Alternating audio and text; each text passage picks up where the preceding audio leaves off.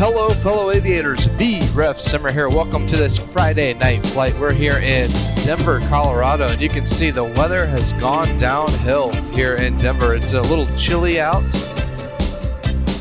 12 degrees Celsius and cloudy, so we're pretty close to having icing conditions here today. But this will be a flight in the CRJ-550 in Microsoft Flight Simulator 2020. This is the Aerosoft CRJ that came out a couple years ago. Still a very good aircraft, and we'll be flying it down to Flagstaff, Arizona, and the new UK2000 scenery that's available. Just checking out some of the Denver scenery here. I believe this is Flight Beam, if I remember correctly. This is available in the Microsoft Flight Simulator Marketplace. But a beautiful scenery.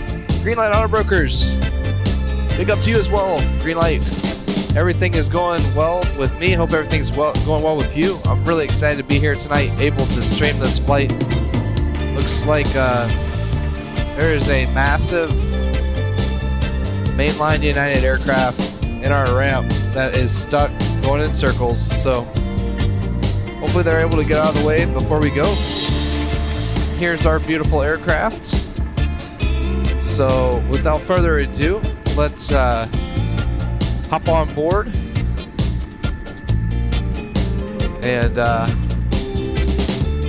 get this aircraft fired up. It's cold and dark right now, so we're going to get to do the whole thing. So here we are up on the jet bridge, and let's hop on up into the flight deck and we'll get started. Go ahead and turn the music down just a bit so we can go ahead and do this quickly. We'll be using PilotEdge air traffic control tonight. They always provide top-notch air traffic control services, and you always know that they're going to be online. Looks like it's just started to rain, a nice cold rain here in Denver. So hopping into the flight deck of the CRJ, first thing you want to do, check these circuit breakers, make sure you don't see any of them that have popped out. Everything's looking good. The ADG handle is stowed. Parking brakes on. Don't see landing gear levers down. I always check my Honeycomb Bravo also to make sure that it's looking good, and we aren't going to have any surprises when we turn the battery master on here in just a second. So here we go. There's our battery master. Let's check the voltages here really quickly on the electric synoptic page, and yeah, we have 26 volts on the APU battery, 27 on the main battery. That's good. And like we said, we see we do have AC power available, so we'll go ahead and get that going here. And you can hear the fans going, those AC fans, cooling the CDUs here. All right, excellent. So I'll get our nav light on. We'll turn our logo light on. We're usually doing the wing inspection light on the CRJs here when we're on the ground. I'm going to go ahead and turn on the no smoking and fasten seatbelt. Arm the emergency lights, and we'll get the hydraulics on. And arm the stab trim. We'll do the stab trim in test switch. Yeah, stab trim in test message here. Yep, spoiler stab in test. So don't move any flight controls while that's going. So we'll let that finish, and I'm going to go ahead and flip the. Whoops, didn't want to do that. I was trying to flip the IRS switches over here. So status page, we have a current database now. They got updated yesterday through Navigraph, so it's good to the 6th of September. Posinet, we're at Denver International this evening, and go ahead and pull up the GPS position here. We typically use that for the set position, and that's rolling. That's good. Let me see here. It looks like we have everything pretty much. I'm going to go ahead and open up the cargo doors just for fun. I don't know that. I can't remember if it actually brings any carts out or not. I don't know that it does actually, but we'll go ahead and have that rolling and ready. All right, spoiler stab and test switch is done. Good. So we'll go ahead and we're just going to put these auto and on is where they are all the time. So pretty much all the switches down. And that's normal in the CRJ 700 or 550 as we are now. The 550 is really just they reduced the seating inside the 700, and I believe they just sell the tickets for a little more money. So I'm going to go ahead and get the boarding started now. I'm using PackX today. Let's go ahead and get everybody getting on board. there we go. And I am gonna, I don't think we have an air cart available. I'm gonna go ahead and start up the APU just to make sure that everyone's able to have plenty of air conditioning. So I'm gonna zoom out so I can see the green fire. Is this okay? Yep, there we go. That's how you test the fire extinguishing system. And we're just waiting for the APU door open light to come on here. Indication, there we go. And we'll push the start stop switch. APU will be firing up now. Alright, so while that's going on, I'm going to go ahead and start a timer for the APU, and we'll do a few other quick checks. And then we'll call and get our clearance from PilotEdge air traffic control. So just coming down the overhead panel here. I think I saved a preset. There we go. That's a little bit better, I guess. So electric panel all looks normal. Hydraulic, it's a really basic panel when you get down to it compared to some of the other aircraft. And it's actually much simpler than the, there we go, APU is currently fired up. Perfect. It's much simpler even than the CRJ-200, which is nice. Okay, so landing elevation, let's go ahead and get that set really quickly. Landing elevation in Flagstaff, Arizona. That is going to be at a, let's go ahead and take off the completing pre-flight ticker there. We don't need that anymore. It's pretty high altitude airport actually. It's 7,014 feet, so that's pretty high. So we'll go ahead and get that set really quickly. And I have, I think I can hold down the shift key. And it's going to take a little while to get the altitude up there, but it's moving pretty rapidly. We're already at 2,500 feet. I'm not sure if you all can see the window that was open. You probably can't on your end, but if you hold down right Alt, you're able to open up the windows of the different displays, and it's at a much easier to see, especially if you're trying to raise the landing elevation. Okay, so we have that set now. Let me head back over here and got the manual altitudes and hold, cabin pressure, that's all set, pressure controllers on auto.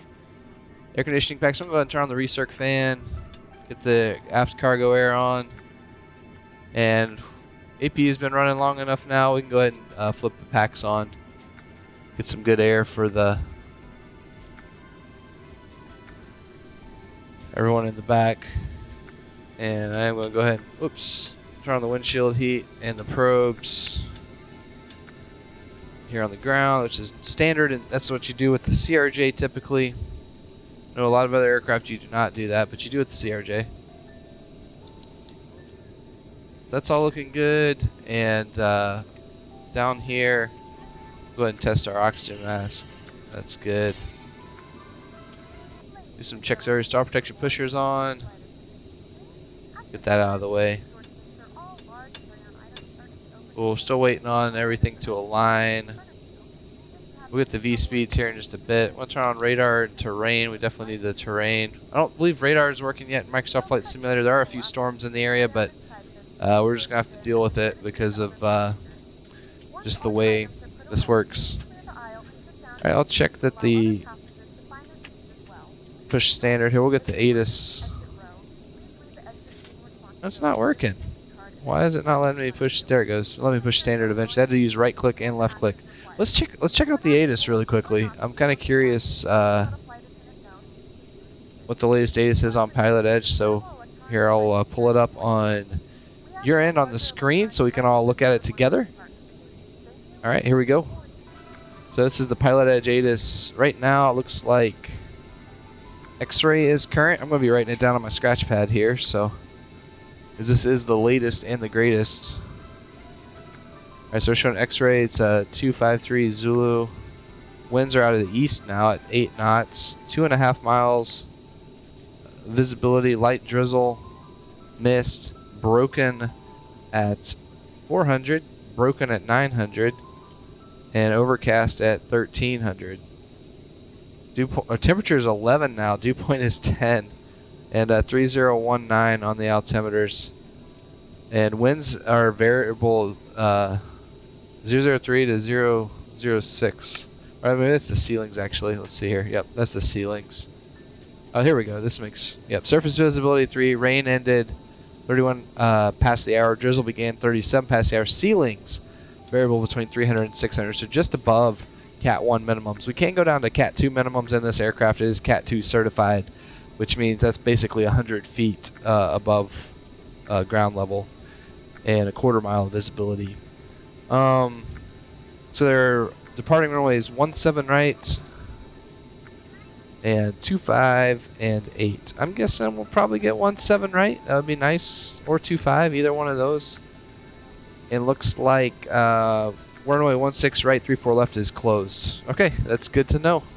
That's good to know. Let me pull this down. We'll go ahead and get our clearance here in just a second. I'm going to go ahead and finish this setup. So we said the altimeter is at 3019, so let's go ahead and roll that up. Alright, 3019 set, and it looks like good. It set it across the board. That's what I wanted to do. It saves some keystrokes for sure. Alright, we'll do a stall protection push test. Make sure that's working. Yes, ignition came on. We're getting the correct messages on ED2 there. Do the ground prox test. Pull up. Wind shear. Wind shear. Wind shear. We gotta wait on the terrain in op. Terrain in op. You said standard for us though. Alright, sounds like we're boarded. Doesn't take long to board a CRJ, which is nice. There's our gear bay overheat. Make sure the anti-skid will turn off and disarm. There it goes. Check our lamps here, all the lights here in the cockpit. That's all looking good. And for those of you watching, if you haven't already, I would appreciate if you'd be so kind as to like the video and also subscribe to the channel. I do have a CRJ series, a training series that will teach you all about this CRJ and how to operate it, based off of some real-world procedures, but obviously modified for the simulator use. But it's all free, and love to have y'all check it out. It was a labor of love putting it together for sure. Alright, we leave the thrust reversers armed to manual. Let's go ahead and set our TCAS and everything. We're going to test TCAS really quickly. Auto relative norm, that's all good. TCAS system test okay. I know I got to turn that on. Our mock trim on. Transponder will eventually be over on my side. I'm the captain. I'm flying today. I'm not going to use the HUD right now. TCAS system test was okay. Okay, that's good. Alright, let's call up and go ahead and arm the yaw damper. And then let's make sure it will disconnect. Alright, good. It disconnected. And let's re-engage it. Perfect. I'll make sure my trim wheel's working. It is. I'm just going to check the thrust levers. Actually, you can't do it because they're in a detent state. But let me try it really quickly. Let me see if it will. Yeah, I'm not going to even mess with it. I don't trust this. We'll find out, and I'll modify as needed. Greenlight, I will definitely check out your series. Thank you. Yeah, please do. I have the checklist I'm using are in there. It's all free, linked through Google Drive, and a description of the flows and expanded procedures. So yeah, definitely check it out. It'll get you going, operating the CRJ series and having fun in no time. All right, let's see. What's the frequency for Denver clearance? Let's check our Navigraph chart here and see. So we're due off the ground in 40 minutes per PAC-X. It seems like it bases its time off of when you lift off the runway. Okay, so 118.75. So we'll tune that in on COM1 here. First, I'm going to make sure that my radios are working, so I'm going to do a test here. 1, 2, 3, 4, 5 on both 1 and 2. And it's taking a long time to tune that. So 1, 2, 3. Holding down shift 2 to try to get through these numbers quickly. But we'll get it. Alright, there's 1, 2, 3, 4, 5. James Fang, oh hi, I learned a bunch of CRJ things from your vids. Awesome, man. Glad you did. Yeah, it was a lot of fun putting those together. It was great, you know, when the CRJ first came out. It was a lot of fun. I'm going to do a quick radio check. Check. Alright, that's working. So we'll go back to 118.75. And we'll be on Denver clearance here. 118.75. And then I'm all, oops, sorry. And then I'm going to put 1215 standing by over here in COM 2, just so we can listen out for any emergencies. That's just kind of standard when you're flying around the United States. In real life, yeah, you will hear people every now and then on there that are having an issue. So there's 121.5. James, I love that they're short and focused. Thanks for that. Absolutely, man. Absolutely. I know there's some documentation attached, so you can kind of look through some things at your own pace too. And I actually looked at some of it today to kind of refresh my memory on the CRJ, because I haven't flown this in almost 6 months. So it's a nice quick review, right? All right, I'm going to go ahead and call up Denver clearance, and we'll get moving here. Let me make sure I have my pen ready to write down the clearance. All right, 1875. Here we go. Let's give them a ring. Denver clearance, SkyWest 4712. I'd like to pick up clearance to Flagstaff with X-ray. SkyWest 4712, Denver clearance, quarterly Flagstaff Airport, summer 2 departure, DE transition, then as filed, climb via the SID, departure frequency 126.1, squawk 6037. SkyWest 4712, cleared Flagstaff, summer 2 departure, day transition as filed, climb via SID 1261 and squawk 6037. SkyWest 4712, read back, correct. Alright, so there we go. We have our clearance and all of that set now. I'm going to go ahead and... Actually, I like to use the FMS here to type in the transponder code. It's a lot quicker than trying to do it down in with the rotary knobs. So 6037, we'll get that set in ATC 1.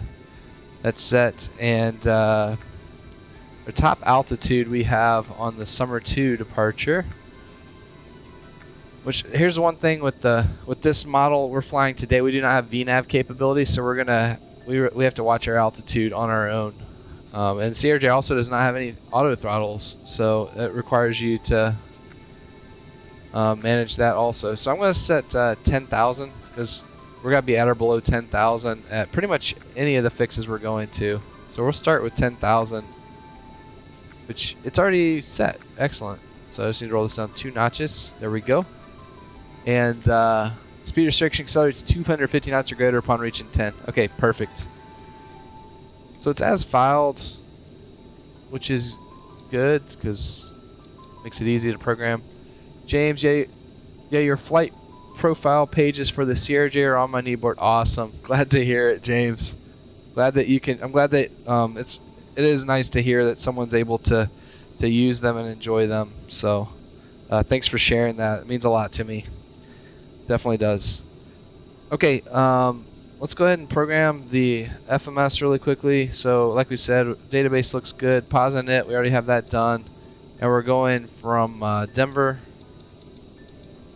to Flagstaff, Kilo, Foxtrot Lima Golf.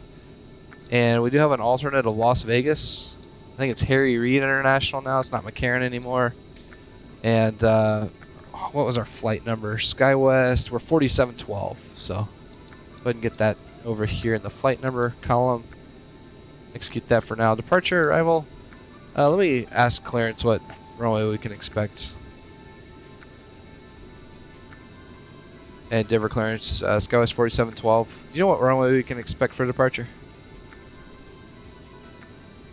SkyWest 4712, that'll be assigned by ground. You can, depending on where you're parked, you'll be either probably T5 or 17, right? Roger, thanks. Okay, sounds good. Let me look at our airport diagram really quickly. You know what? I'm going to say 17 right because it's shorter. So we're just going to push, and I'm going to plan on 17 right. So 17 right. Summer. Yeah, sometimes they'll give it to you though. And day transition, got that set. Execute that. I've been flying the 737s off, and I keep reaching down here for the next page. Oh man, it's been a while since I've flown the CRJ, but it's fun. And so from day, we're going direct to Flagstaff. So that's a wow, all the way there, and then K. Whoops, sorry. No, I usually put the airport in last, which I don't know. There we go. KFLG. And there we go. Execute. And we'll do the rest later. So Perfinet, we're going up to flight level 400 today. So we're getting really close to that top altitude of 41,000 feet for this. Alternate cruise altitude over to Las Vegas. That would be at flight level 340. So you can see that's pretty high too. So there's 34. And fuel is. If you're going to Livingston, you can make that approach request with Big Sky. Okay, they were talking to someone else. Just make sure they weren't talking to us. Fuel is going to be 98.60. Let's go ahead and get all this set. It'll send all the numbers over. So 47 passengers on board today. 47 will enter that. Fuel is going to be 98.60. I'm going to make it 99. Oh, 9900. 333, contact Big Sky approach 118.9er, set on. And looks like zero fuel weight was planned at 53,628. Right now we're at we're 2,000 above that, 2,500 above that. So I'm gonna. Yeah, here I'm just gonna type it in. 53. Level 402, San Jose Ground, push approved. So it's 53,628. Approach 9. That matches fuel 99. Takeoff weight was 63. 333, Big Sky approach. 28. Yep, that matches. Cool. So we can set copy perf init data to FMS. Yep, and it's going to be dry conditions. Actually, we're going to take off in ice. Roger, Sky 333, cross. I think that accounts for the bleeds. I'm not 100% sure in the Aerosoft, but we were going to have the wing and cal anti-ice on due to the low clouds, and it's pretty much 10 degrees Celsius already. So we'll be taking off in icing conditions. I'll have a cal anti-ice on for a taxi out due to the rain. It's pretty much 10 degrees Celsius here at the surface. It's hovering around 10 and 11. Alright, so now you can see all the weights are in here. We'll execute that. That's good. VNAV set up. That all looks good. ISO deviation, we're showing let's see, I'm looking for that on here. It's +1 today, +1. Alright, and then for at cruise we have a minus it's a headwind of 26, so minus 26. And then there's nothing to say for this particular release doesn't give the climb and descent winds. So in the real world, you can get that a lot of times. Dispatchers will be able to get. Reserve fuel today is going to be 4,000. And taxi fuel is up at 500. So we'll punch that in. Cool, that's all set. Radios, we need to auto tune those. They are. Perfinet, we are going to be. It's got no flex since we're using anti-ice. We can cal anti-ice. Advisory VNAV is enabled. We got that set. 1 second.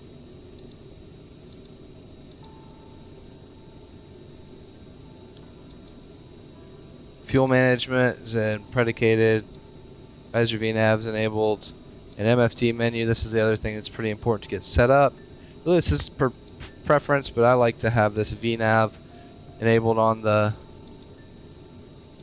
and also the position of the IRS there for us. High nav aids on the right side. Non-flying pilot doesn't have that VNav window. And learning position. Okay, we're all set up. So that's what we got.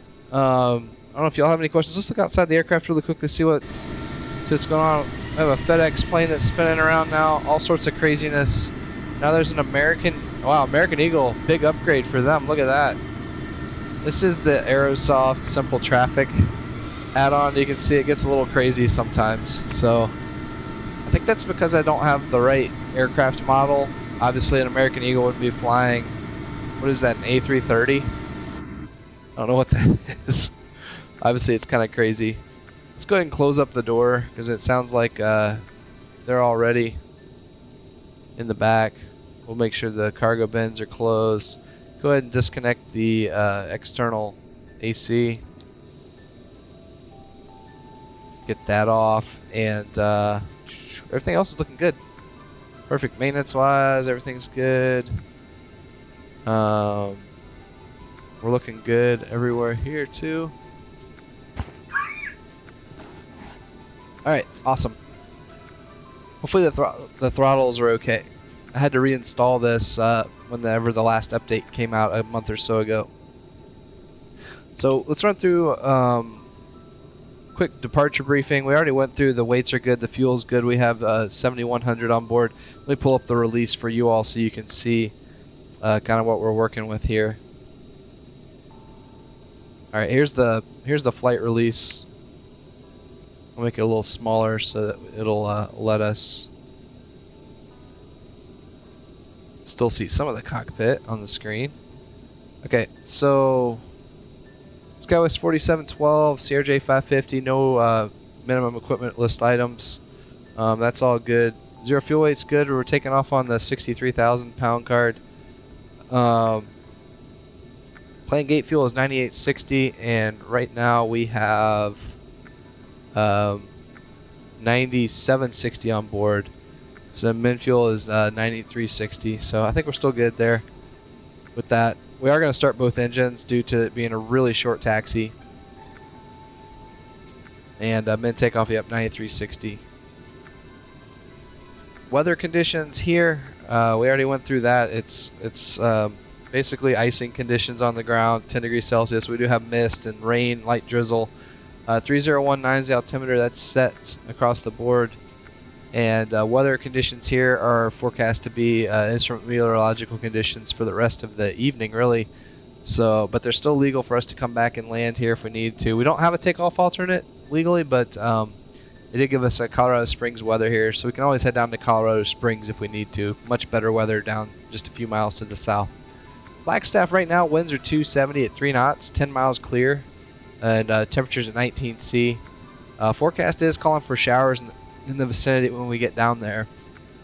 Scattered clouds, 4,000 broken at 6, and then temporarily after that window, light rain showers and broken at 4,000. We have an alternative Las Vegas. There are some storms that could get into Flagstaff, so if for whatever reason we can't make it into Flagstaff, we'll continue to Las Vegas. Visual meteorological conditions, just strong winds out of the south this evening. The only NOTAM that should affect us here is just that 16 right is closed in Denver per the PilotEdge. Alright, we're planning more than likely 17 right. There's a threat of getting a runway 25, a runway change, but we'll deal with that if the time comes. For our taxi out route today, put this off. Taxi out route, we're going to be going, once it pulls it up, really short taxi because we're at Bravo 85 here in Denver. So we're at Bravo 85 down here, push back to the pushback stop Mark 2, and likely we'll take up to spot 5 Echo, and from 5 Echo it's a really short taxi left on Lima, and Mike 10. Maybe get Kilo Mike 10 up to 17 right. I'll probably just go up to, there's nobody else here that I'm aware of, so 6 Echo will probably be our exit point. And plenty of runway. Speeds are, so flaps are going to be at 8, and what do we have on the performance numbers here? Speeds, do we set all of that? Yeah. Speeds are set at 123, 128, 136, 185, and 146 is set in the speed bucket. And standard abort criteria. And if we do lose an engine off of 17 right, we'll just continue straight out. MSA in the area per the summer 2 plate is showing 10,200, so we'll climb to at least 10,200, and we can take vectors from air traffic control once we get to 6,400 feet, 1,000 above field elevation. All right, for our routes here, leg-wise, we should verify those really quickly. So it's the summer 2 departure off of 17 right, climb on a heading of 173. Let me get that set. Basically already there, so I should be able just to sync if it'll let me. There it goes. So 173 is set. So climb heading 173 to 5934, then direct to bogey. And oops, sorry. Then direct bogey, then at or below 10,000. Sight at or above 10,000. CRC at or above 12,000. Solar at or above 17. Summer and day. Then direct Flagstaff in the Flagstaff Airport. Total distance that we're showing in here is 458. And on the flight release, we were showing a total distance of 477. So that is pretty close. So I'll copy active here. So we have that ready. Clear that not allowed out. Don't want that. And we'll go ahead and put legs also over there on the first officer's side. And yeah, transition altitude is going to be flight 180. Already have our clearance and our squawk at 6037. And nothing else to add. Yeah, James Funk, lots of clouds. There are lots of clouds today, which is actually a lot of fun. I'm looking forward to it. It'll make for an exciting. Yeah, you can see it's pretty dark here. I actually have the simulator time set to about 11:30 in the morning, so it's about the time that this flight actually departs for in the real world. I'm gonna plug my headset in really quickly. It sounds like I just got an alert that the battery's getting low, so stand by 1 second.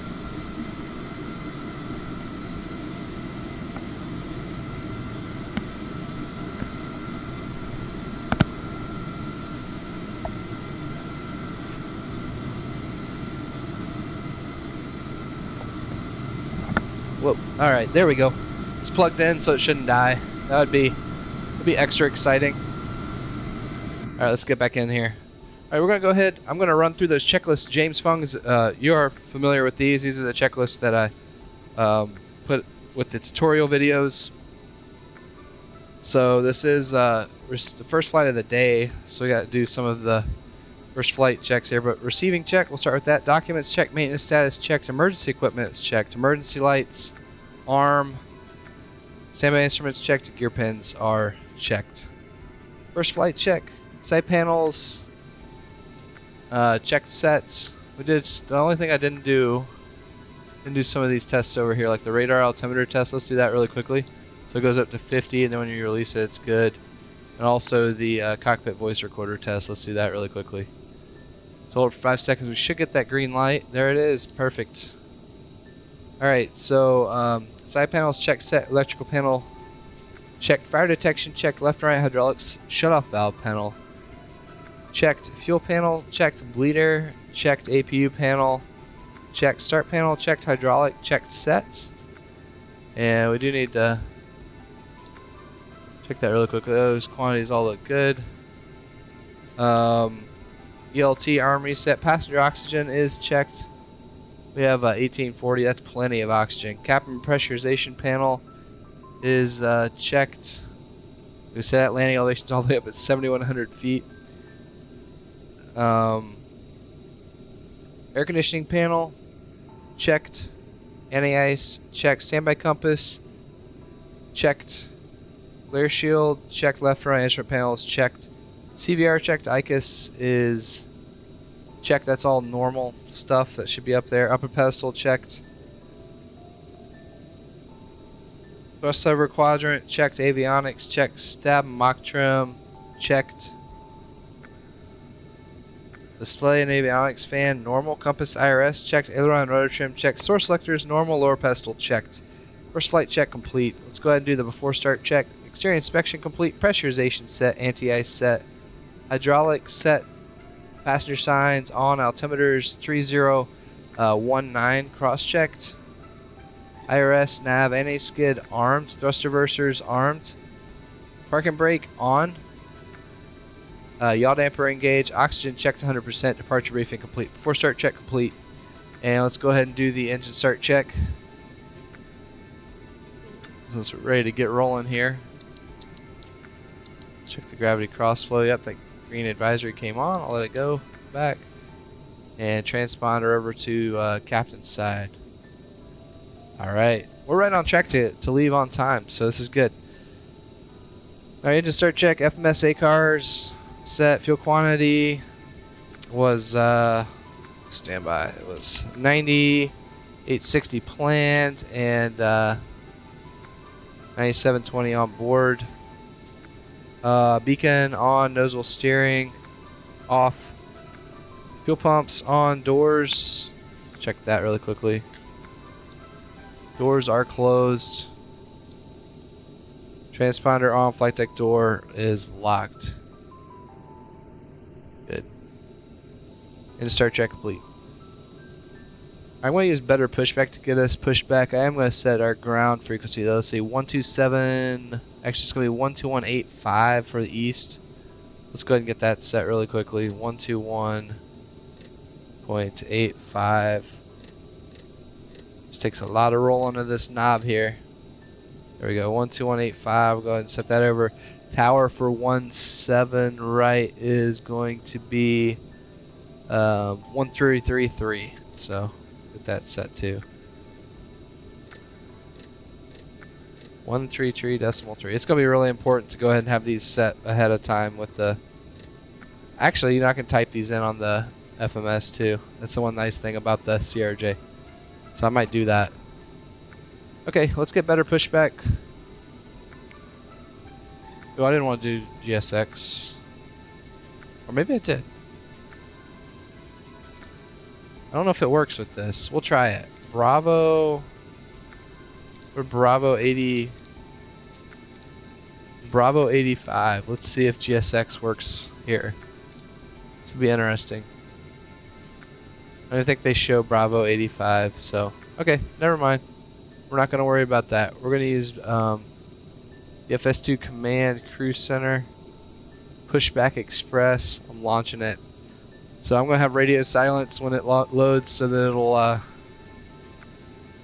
allow us to push back without incident. Okay, here we go. Brakes are set. Thanks. Have a good flight. See you later.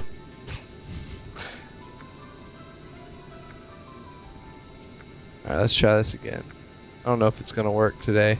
It was already at the end of the pushback there. Otherwise, we'll just use the Microsoft Flight Simulator.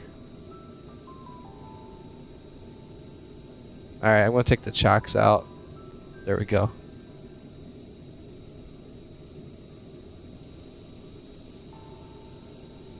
We're ready for pushback.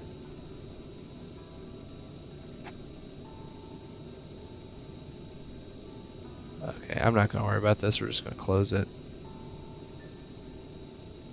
Okay. Brakes are released, cleared to push. Here we go.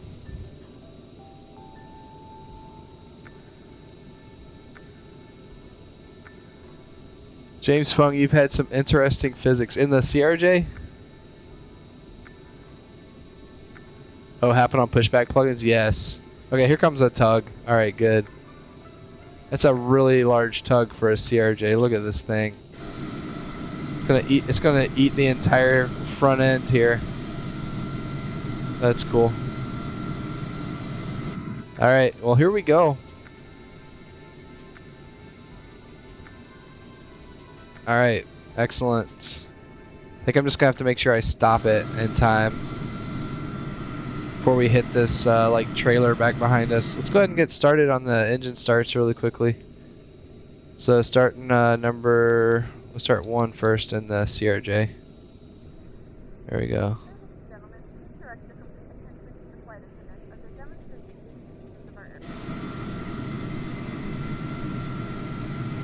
Alright, I'm gonna go ahead and stop the pushback here. If they will stop it. There we go. Alright, parking brake set. Alright, clear disconnect, clear off headset. Thanks for the great push. I'll get back where I can see these engine instruments. So N2, oil pressure, N1, ITT. Here we go. Fuel flow, and we're gonna get a light up. Come on, there it is, light up. Whew. Yeah, some of these pushback plugins get really weird for sure. This area seems a little small for that that A330 over there. All right. Starter cut out.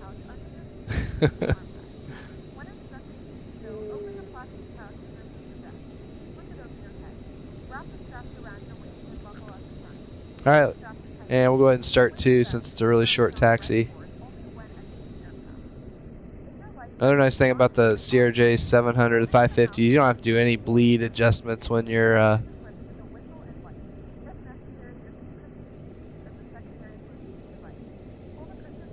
starting the engine. It's nice. Does it all automatically for you.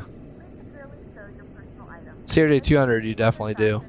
So N2, oil pressure, N1, ITT.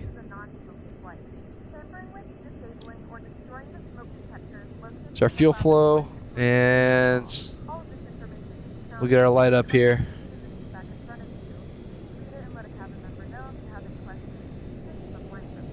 So we can see it lighting up here from the back. Oh yeah, it's spinning for sure. And light up.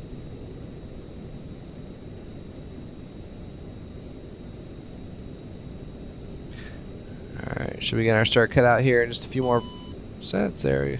Starter cut out. Excellent. We know that ITT to roll back. Alright, there it goes. Oh, it's still rising. Alright, there's our rollback. Excellent. Alright, let's do flaps 8.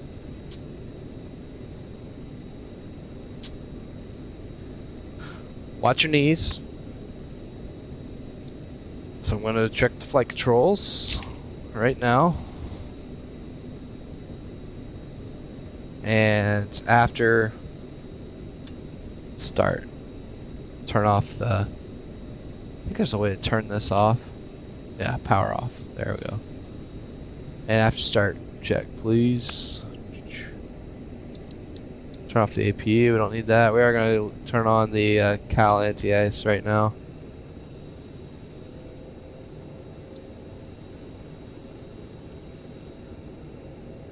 Alright, after start check. Generators auto, bleeds auto, packs on, cargo air, conditioned air, anti-ice, standard plus Cal, fuel pumps on, flight controls checked, rotor check, nozzle steering armed. Start check complete. Performance check. FMS runway 17 right and bogey. 17 right bogey. And let me double check that. Let's look at the departure plate to make sure that's what you're showing. Yep. And bogey. Thrust full 89.2. Trims. Do we get a trim setting on here? I did not set the trim yet.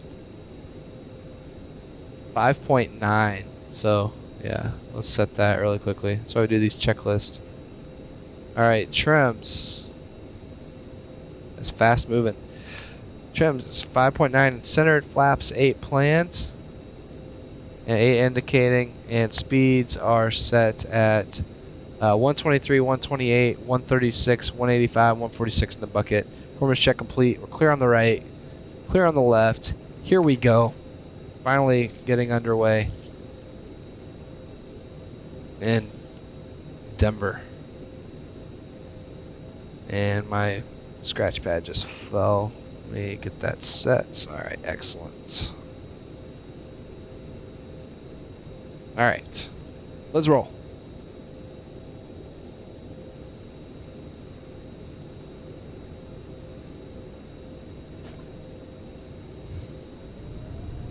Whoa. I don't know if these thrust levers might not be very well calibrated. We will see.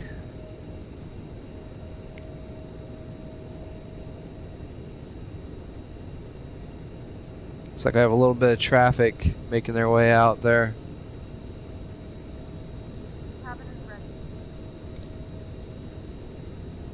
Spinning Frontier.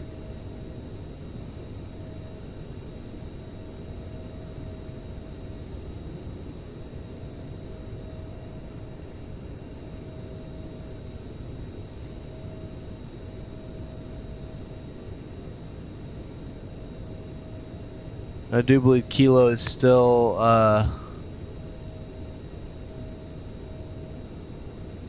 we'll go up there like we were saying to spot number 6 Echo.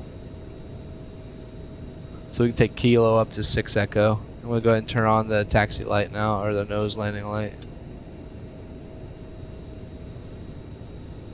Get us around this crazy Frontier aircraft too, which would be good. Alright. Man, that is... I can't wait. I hope Traffic Global comes out for Microsoft Flight Simulator soon. We desperately need it. Just love seeing the spinning aircraft everywhere. We'll go around this little citation too. Alright, let me go ahead and give ground a call.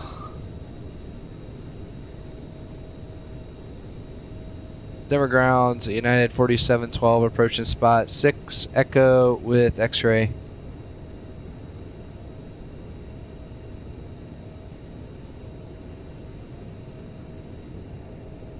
Man, my aircraft stopped moving. There we go. Let's see, do I have the right ground? 121.85. Let's make sure that's 121.85. Yeah, that's correct.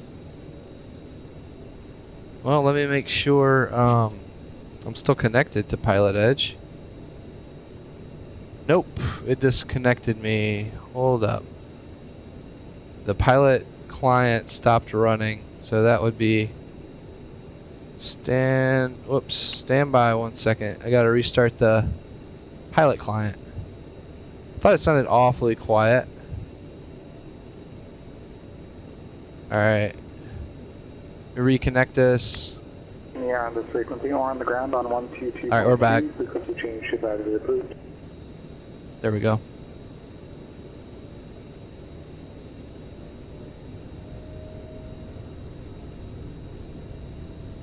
Yeah, it definitely seemed quiet there.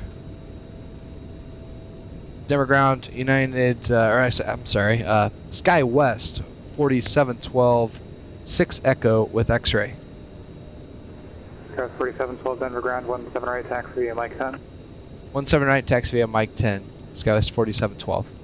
Alright, straight ahead, it's a really short taxi. Flight attendants were already aware, we let them know. And they're showing ready for departure in the back. Let's do a quick departure briefing. So we're planning to take off runway 17 right out of Denver up to 10,000 initially, 250 knot airspace. Trims are set at 5.9 and flaps at 8. Speeds are set at 123, 128, 136, 185, 146 in the bucket set. And it is going to be a out to affix a bogey. at or below 10,000 and standard abort criteria. We're going to have the wing and cal anti-ice on. Continuous ignition will be on. I'll go ahead and turn that on. And let's go ahead and run the before takeoff check.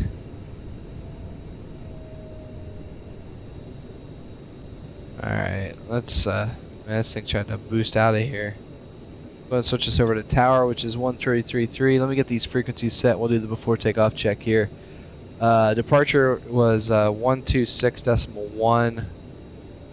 Definitely want to have this set up beforehand because it does not. You know what? Like what you're saying. Let's just type it in. Look at how much easier this is. Watch. 1261. Hopefully it'll let you do it just like in the real plane. Boom! Look, that's all you had to do.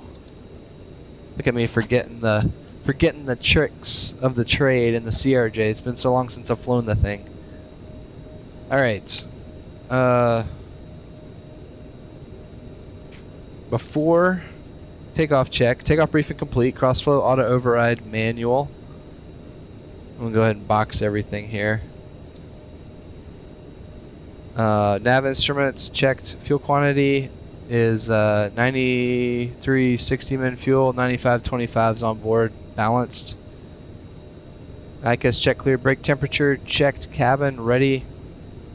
Takeoff configuration checked. Anti-ice standard plus wing and cal N1 checked, and external lights about to be set. Stand by. Denver Tower, Skywest 4712, holding short 17 right. Skywest 4712, Denver Tower, runway 17 right, clear for takeoff. Clear for takeoff, runway 17 right, Skywest 4712. Alright, 17 right, we're clear for takeoff. 17 right is on the sign. Payment, let's get all the lights on here. We're cleared all the way. Strobes can come on now. Excellent, here we go. Once we get on the runway, we'll get the TOTO. What's the toga button? Get our flight director to update our runway position. James, is continuous ignition usually on or just for weather turbulence? Yeah, usually just for weather turbulence. Like on a nice day with calm winds, you typically wouldn't turn continuous ignition off for takeoff, but you always can. You always have the option to as the captain. Alright, so there's 17 right. Let me make sure my I sure hope. Yep, the TOTO works. Here we go. Y'all ready to roll? Here we go. Alright, as they say in the CRJ, click, click, boom. It's because it's just, hopefully it'll do it here. A climb, there's click, click, toga, and boom, engines are firing. Here we go.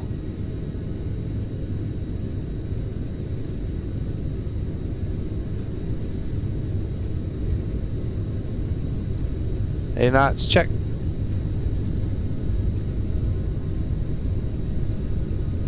V1, rotate.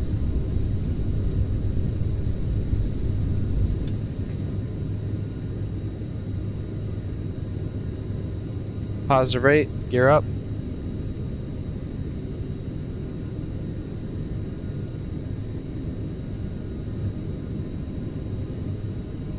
Alright, speed mode, nav mode, autopilot on. FMS 1.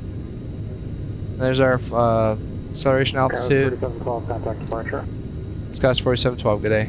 Accelerate to 250. There we go.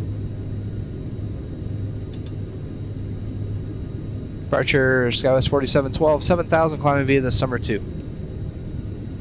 Skywest 4712, Denver departure at our contact, call and maintain flight level 230. Climb maintain flight level 230, Skywest 4712. Alright, and hold up. Did our flaps 1.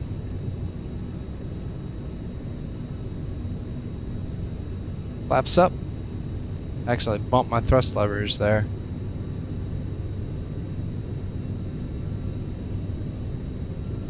Why is it not? So we have the flaps up and it's not. I don't know what's going on here with this. It's still showing us Oh, is the landing gear not the landing gear didn't go up? That was the problem. All right, let's go back to Toga. I was like, why is it still showing that? I'd moved the lever up, but it didn't register. So there's the gear up. Okay, now we're good. So split that speed bucket up to 250. So we're gonna overspeed the gear there.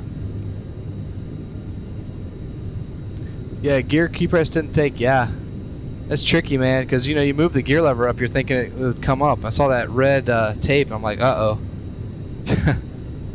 Okay, excellent. So after takeoff check. Gear up, flaps 0. Cross slot override is back to auto. We'll leave the continuous ignition on for now since we're in icing conditions. Thrust climb, thrust reversers off. And ICAS check cleared. Outs cap. And see, that's why we had to have that 10,000 set, because we got to be at or below 10 at bogey here. So we're just going to accelerate to 290. Will be our next climb out speed. I think we're going to be there pretty soon. Cool. I'm going to go ahead and set in flight level 230 now. And speed mode. There we go. 23 is set. Perfect.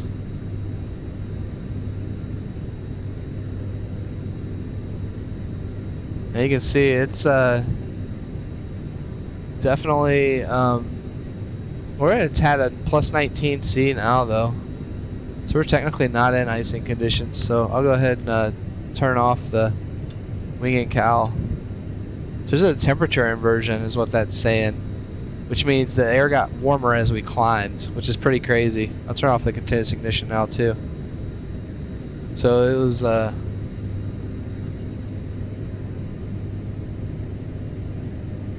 and obviously we have the... How long do you hold Toga power for?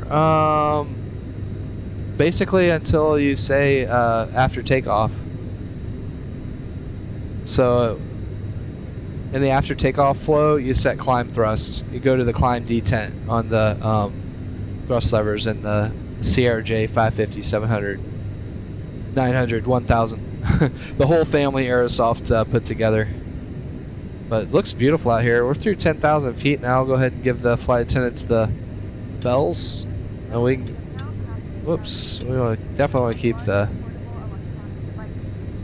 Oh, let's look outside the aircraft really quickly. And you can see it's beautiful looking out here. Absolutely beautiful. I think that new United livery looks really nice out in the clouds. Looks nice and clean. 4712, contact Denver Center 127.02. 2702, Skywest 4712. Alright, so 2072, let's, we're just going to type it in. 12072. And I always... Oh man. 120... I don't know why it's not letting me click. There, 1207. I'll put that in standby. That way, if we don't get them, we can switch back to 26.1. And there's flight 180. So let's go to standard. If I can get this. There we go. 292. Turn off our. Your lights set. So 292 climb check. 292 is cross check. External lights set. Climb check complete. Denver Center, Skywest 4712, level 197, climbing 230.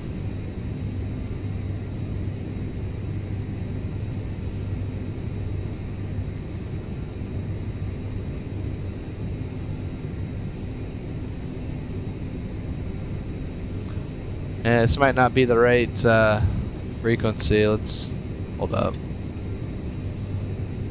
It said 7.2, yeah. Let's try that. Denver Center, Skywest 4712, level 212, climbing 230.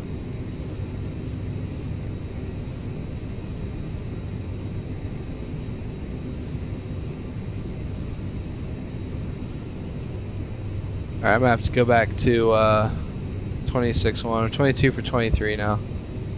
Then cancel IFR. Outs cap.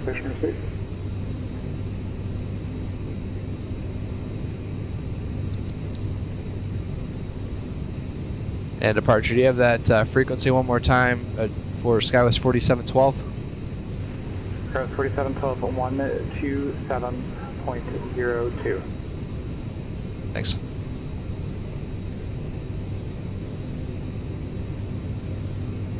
One, 2, 7, 0, 2. I butchered that.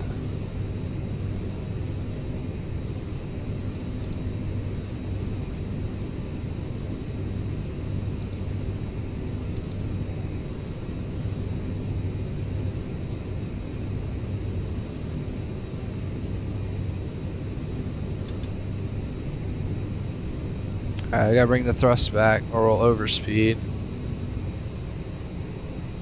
Center Skywest 4712, level 230.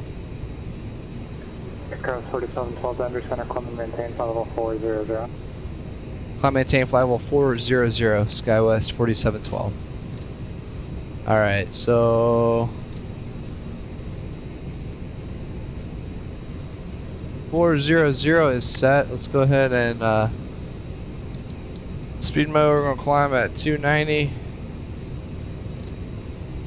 There it is, and set thrust back to the climb detent. I just gotta wait till I see that indication on the PFD here in the simulator because I do not have the detents on my Honeycomb Bravo. Alright, there's our climb thrust set, and this aircraft is like a rocket ship. It's a wonderful, it's a really fun aircraft to fly, that's for sure. Alright, looks like we're passing a fix of fast Solar with 8,500 pounds of fuel. Let's check our fuel really quickly. Make sure that's looking good. So let me get this reduced in size really quickly. Solar, we were planning to have 7.9, we had 8.5, so we're plus 500 right now, so that's good. Let me see if I can get our I thought there was a way to write on here, maybe not. Okay, that's fine. We're plus 500, so we're looking good on the fuel right now. That's the important thing. Get some music going for us now that we're relaxing in the buff level 180 on the way up.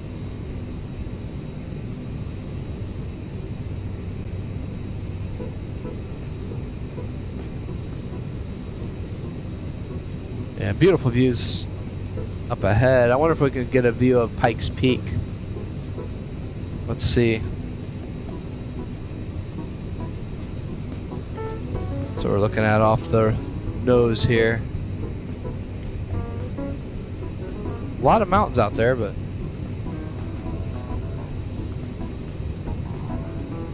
Colorado sure is a beautiful state. That's for certain. I think Pikes Peak's supposed to be off our left side, according to the departure plate. Here, I'll pull it up for you so y'all can see.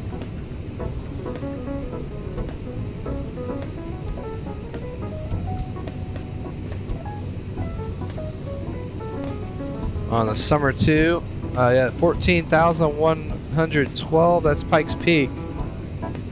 But it looks like it's shrouded in clouds at the moment, so it's somewhere out there.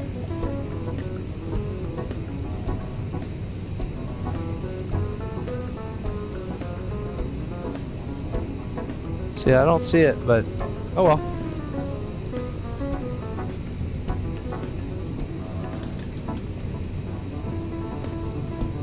Yeah, Colorado Springs Airport's at about our 7 o'clock or so right now.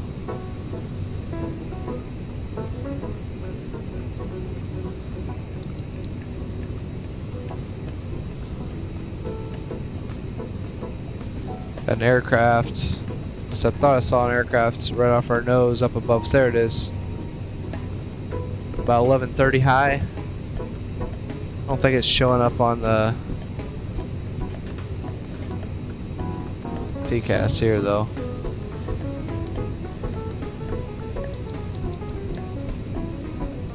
Right there it is. It's showing it's 33,000 feet above us. So it should pass safely off our left side.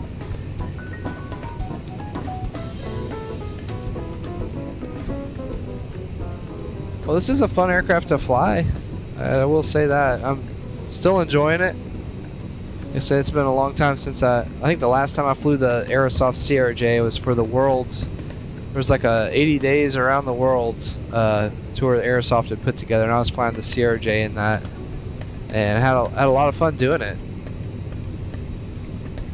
It was a good aircraft for that adventure around the world. And there's definitely a route you can take where you can take a CRJ all the way around the world.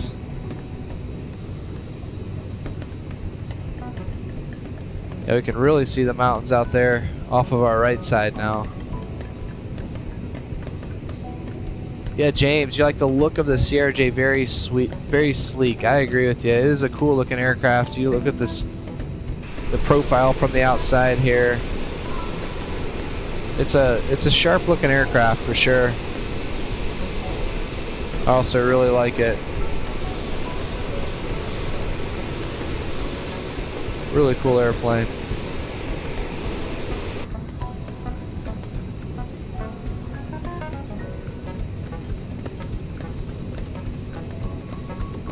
Looks like we're picking up a little bit of turbulence up here at 320.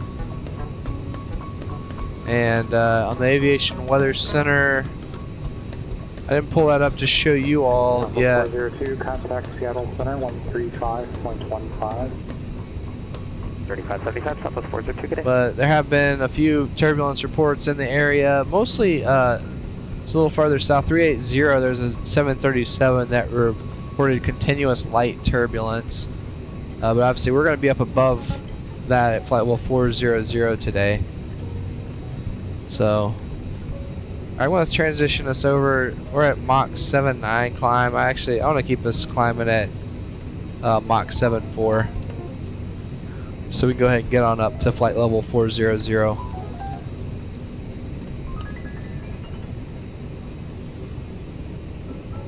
Yeah, this CRJ 550 in particular, I mean, it's going to be a little lighter. I mean, you can, it's one of the fastest airliners out there, for sure. These engines will get up and go, and it's not an extremely heavy aircraft.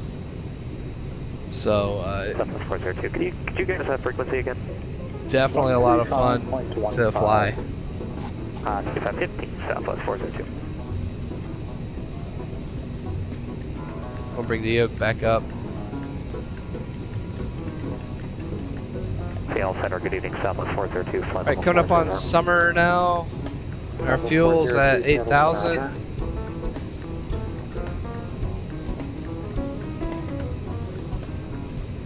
So let's check that really quickly.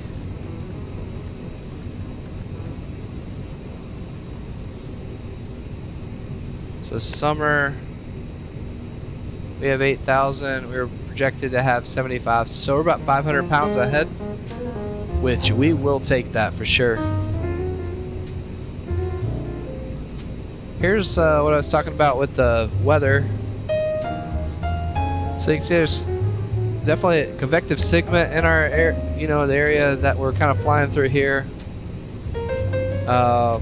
The top's at 37,000 feet, so we'll get up above that at cruise. There's that light turbulence, the pilot report with the Boeing 737, continuous light turbulence, and also some light rime ice, looks like. So it's actually a good thing we're able to climb as high as we are. So Flagstaff's actually in this area with this area convective turbulence. So the top's there at flight level 310, and so we'll just have to see what it's looking like when we get closer to Flagstaff.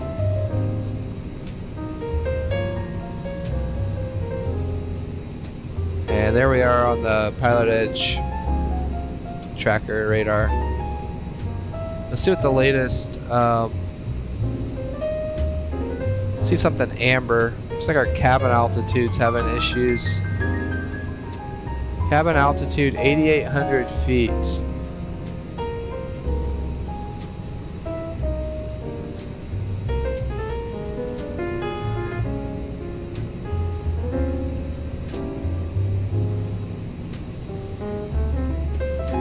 $8,900. I'm just gonna level this off. I'm gonna request flight level 380 as the final right now. We don't need to get any higher if we're having cabin altitude issues. And center Skywest 4712. We'd like to request flight level 380 as the final. Skywest 4712, maintain flight level 380. Maintain flight level 380, Skywest 4712. Alright, yeah, I don't want to climb any higher if we're having some pressurization issues. Let's get back down. There's 38,000 set in the altitude window. Alts cap. Okay, so we're looking at amber cabin out. I actually saw that out of the corner of my eye while speed wise, what are we planned at today? Let me see. Our release was showing us at a cruise speed of Mach 7.8, so we'll fly 7.8. That sounds good. So we're pretty much there right now. So I'll bring the thrust levers back.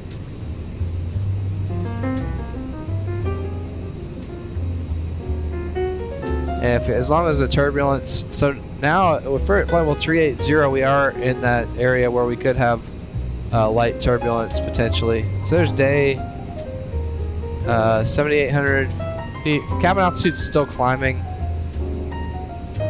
Cabin alt's worn high. I'm gonna pull up my checklist procedures here on my end.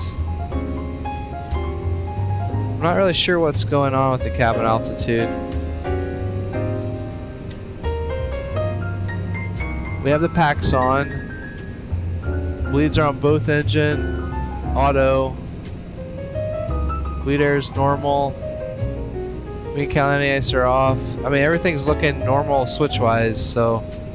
I'm gonna get the quick reference handbook for the CRJ-550. Alright, cabin altitude went down 100 feet, that's good. The rate's holding steady at 0.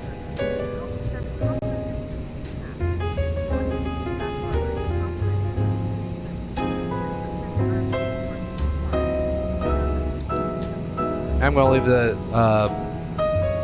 fasten seatbelt sign off right now until we get past that area where the light turbulence was reported. Also,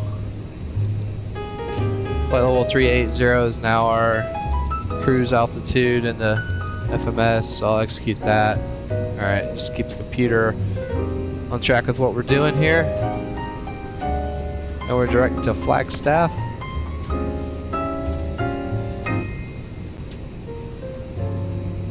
And I'm going to get rid of some of these extra. So it's 323 miles to Flagstaff. So here we go.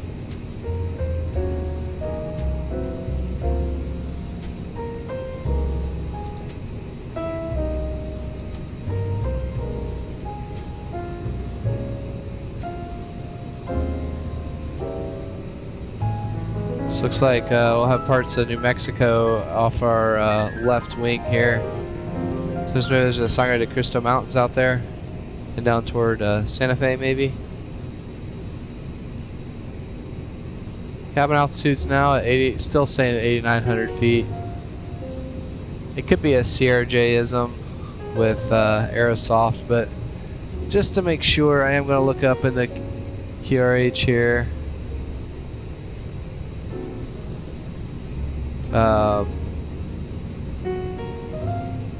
Quick reference handbook. So basically, if you go all the way to the back, let's see, I'm just going to type in page 486. You can find like basically every message we had like cabin out high, I think is what it was, a white status message.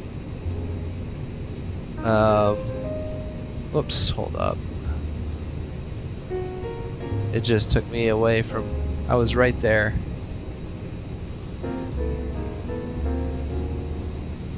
Cabin out message. Cabin out worn high status 2. Yep, that's the one.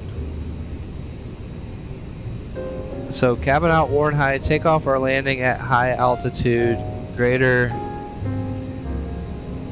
than 8,000 feet. Huh.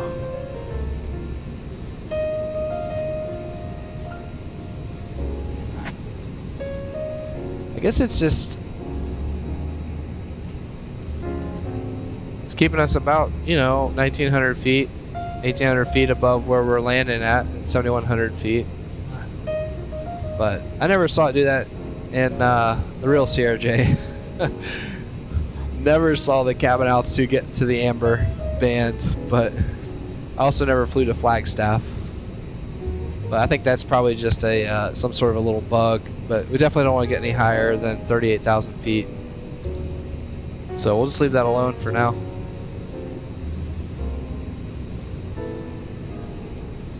So James Bong, have you been flying the CRJ much in here in Microsoft Flight Simulator? What about the new 900 and 1000? Have you flown those yet?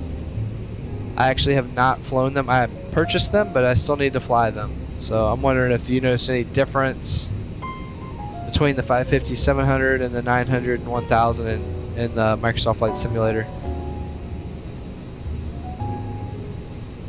Also, for those of you who are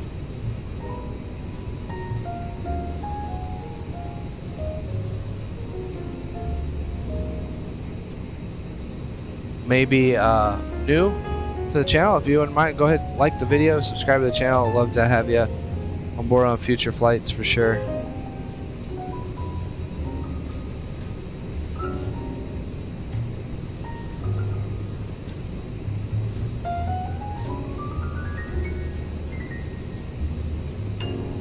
Apologize, I realized that I had left up the PilotEdge ATC window earlier, so I do apologize for that. It's looking like it's pretty smooth in this area. I'm going to go ahead and turn the seatbelt sign to auto, let the passengers get up.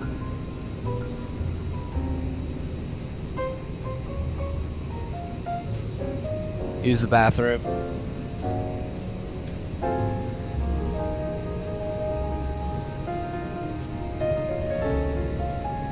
Make a public address here. Let's see, just a general. There we go.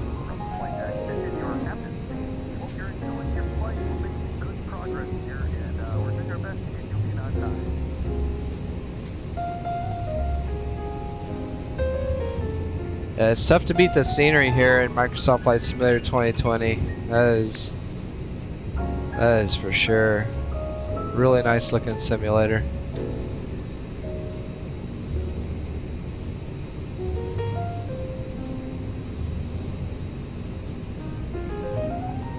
Alright, looks like cabin altitude's back up to 9,000. There's our cabin out worn high. Quite a big to airport outbound. Maintain 1,000. Departure frequency 118.907. Clock 5. And just so we're up to speed and aware, if we do end up getting the cabin out message, the warning, oxygen mask down set to 100%, crew communications established, get the passenger signs on, descent initiate. Let's see, what would be the lowest altitude we could descend to in this area? So like back east, it's going to be 10,000 feet, but see, if we did have a pressurization emergency in this area, we could go down to 15,500 feet. That's the grid MORA, the minimum off-route altitude. And then here in another few miles, 15,400.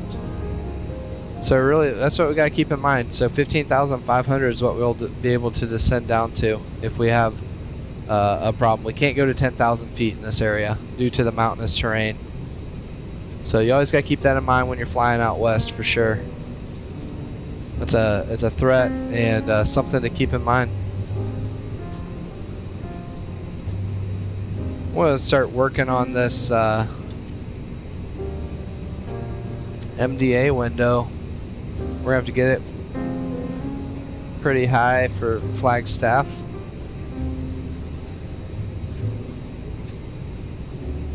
Honestly, it didn't take too long. Holding down the shift key, that's impressive. It was a lot faster than even on the PMDG 737. So let's see, going into Flagstaff today, the latest ATIS is showing is information golf, and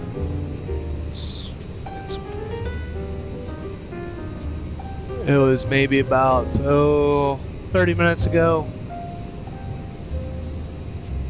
Winds were out of the 230 at 3, 10 miles clear. Temperature is 16, dew point 12, altimeter 3014, and arriving in departure runway is 21. Okay, so that's good to know. So we'll plan on 21 for now.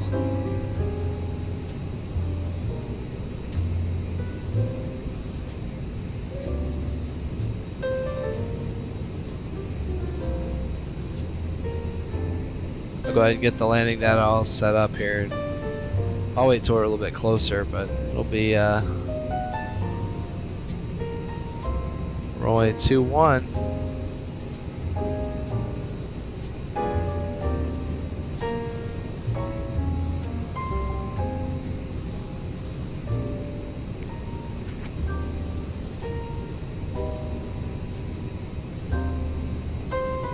Let's see what the approach options are for runway 21 there in Flagstaff.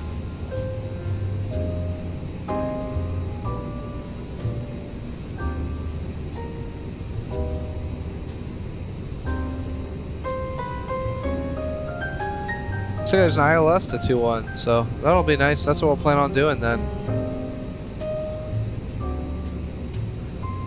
Go ahead and start getting set up for that. So that DA is 7260. So we got a little higher than we needed to there on the MDA window. 7260, that's all set. Perfect. And 110.5 is the localizer. We'll get that standing by in both radio tuning units here. 110.5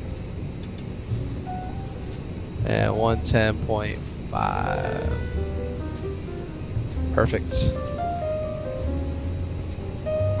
And I'll brief it up here in a little while. I will go ahead and get it selected in the departure arrival page, ILS-21. And I think we'll get vectors there more than likely, so just make sure it all looks good. Yep, execute that for now.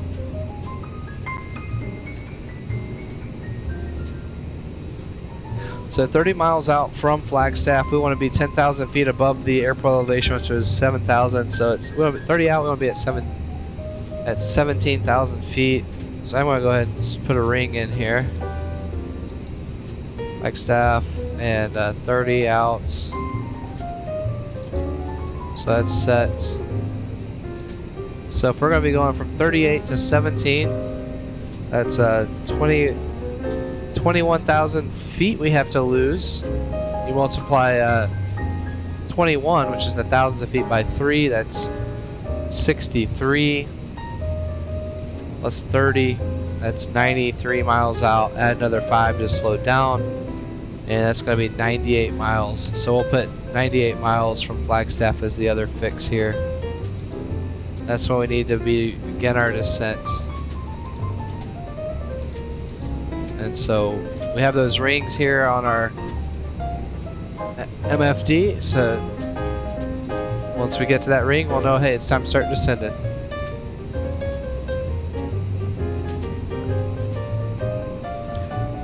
Let's take a look outside at some of this beautiful scenery. This is just absolutely gorgeous.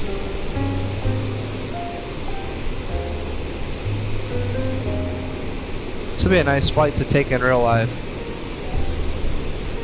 Pretty sure we fly pretty close to Durango, Colorado. Southwest 402, I need to step away from London. Southwest 402, that's fine. Skyhead 332, base credit departure, squawk 5122. Which, that might be Durango, right down there.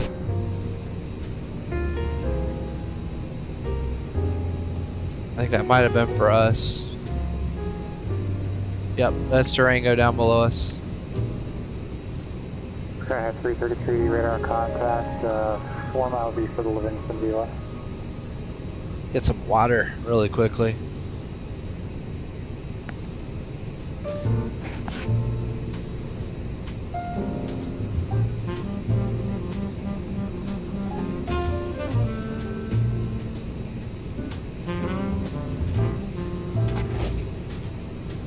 I know there'll be some really pretty mountains off the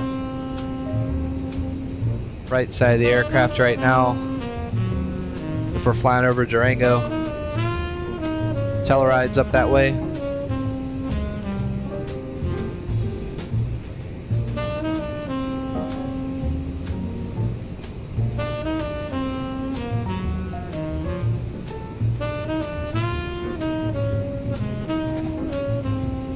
But just a beautiful country to be flying over for sure.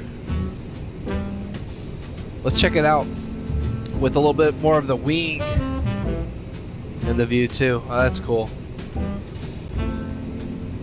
And even though this aircraft's been out for a while, it's still one that's worth having in your hangar, I would say, for sure. It's maybe not as polished in the flight model as the PMDG or the Phoenix, but still a nice aircraft to have.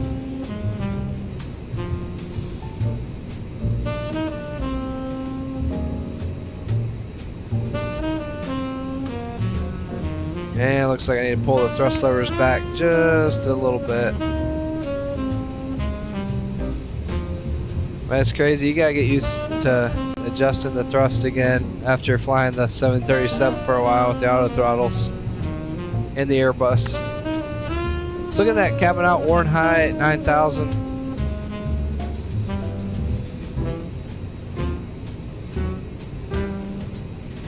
Southwest 402, check it back. I want to check something here really quickly with my messages. Skyhead 333, contact Salt Lake City. I'm kind of wondering 133.4. where to get the cabin out.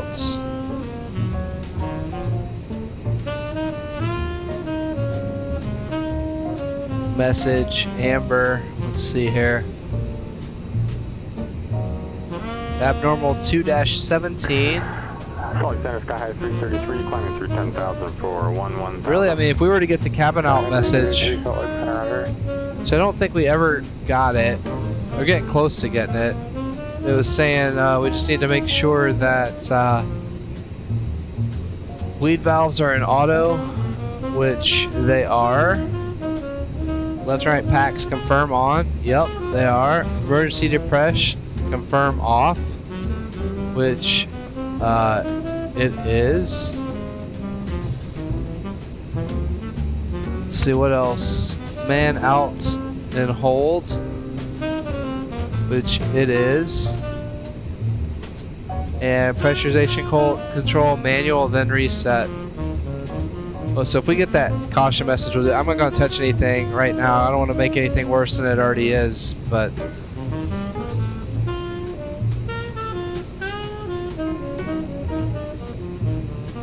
definitely having some issues with our pressurization today. 432, Beijing, flight 1400. Roger.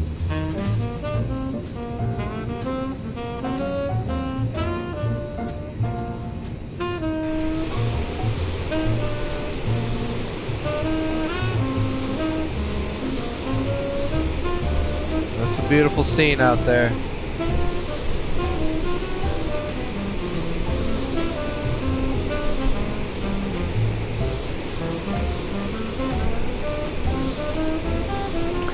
Skyhead 333, right with approach request. Skyhead 333, go ahead. Request RNAV, runway 6 into the timber, Skyhead 333.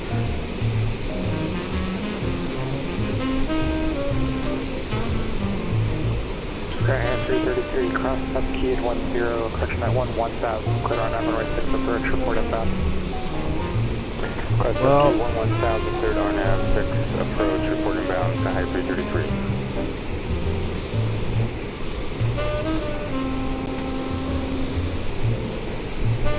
what the city is down below us here. Let me see. I'm gonna pull up my. That's Gallup, New Mexico down there. Gallup, New Mexico.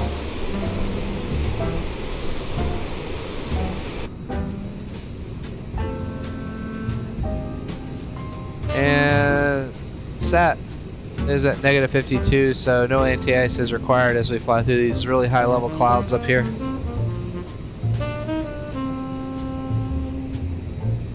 Obviously, it would have the weather radar on if it worked.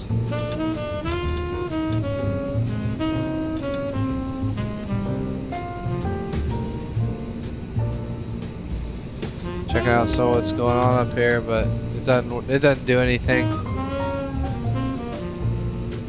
So there's no point. Might as well just leave it in traffic.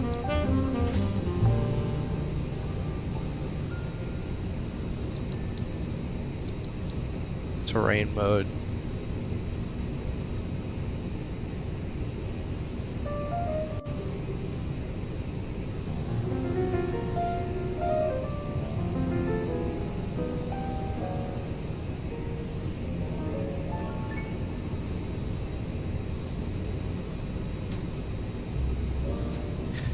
Alright, looks like we're coming up on just about 80 miles, 80, 90 miles to our top of descent, so that's good. Fuel wise, we're still looking good, 66, 70. Plan to get to Flagstaff with 35, 70 after the approach and everything.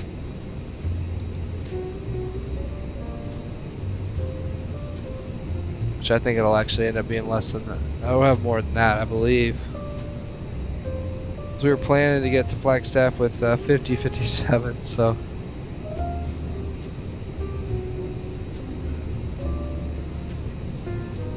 Let me make sure, is it? Fuel management, it is showing predicted and not measured. Okay, that's good. Alright.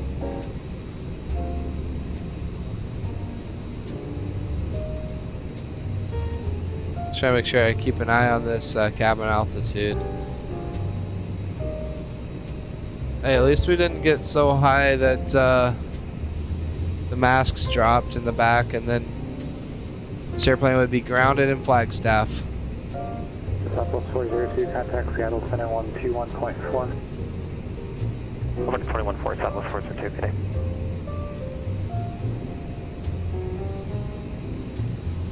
Let's check out the aviation weather really quickly, the website. See what the latest is there. Center, good evening, Southwest 402, passing a flight level 27, descending via the Timbers to landing east. Southwest 402, Seattle Center, the Portland altimeter 2975. Want to refresh it really quickly, just make sure it is the latest and greatest. And overlay, I kind of like to see, I wonder if it would show us our, well, Flagstaff's somewhere in this area. Like we said, we're near Gallup, New Mexico, which is in this area here. So I mean, these are these high level clouds that we're kind of flying through right now. So that makes sense. And on the Flagstaff ATIS, it's still Golf, so nothing's changed there. So cool.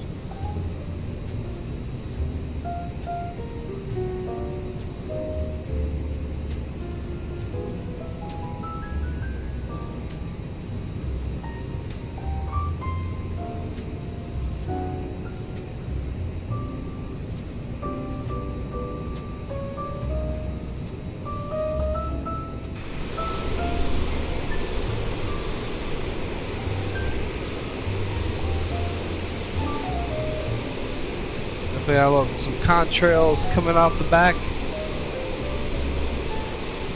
There's some people like to call them chemtrails. So we gotta go flip our chemtrail switch in the cockpit, right? Actually met, I can say, I can tell you for sure that at least the airlines I've flown for, there are not chemtrail switches in the cockpit, so pilots are not intentionally dumping chemtrails on everyone. But that's always a running joke. And people put all sorts of funny little pictures on Facebook and stuff of like a chemtrail switch or something. But Skywest 4712 to send pilot discretion, maintain flight level 240. pilot discretion, flight level 240, Skywest 4712. I will set 240 in here. So discretion to 240, there's 24 sets. Like we said, we're going to begin our descent when we get to that ring, which is 98 miles from Flagstaff. So that's our plan.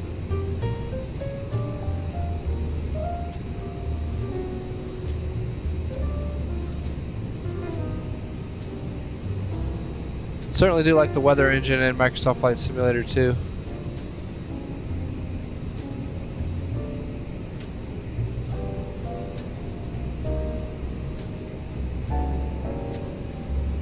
What a beautiful landscape down below us.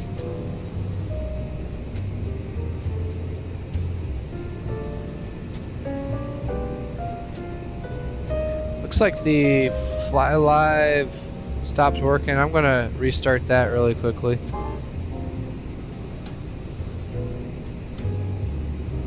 I've had issues with that in Flight Simulator the last few weeks for sure, but a lot of times after I start it back up, it'll show the correct altitude and speed for us again. So give me a second. 402, contact Portland approach 118.42.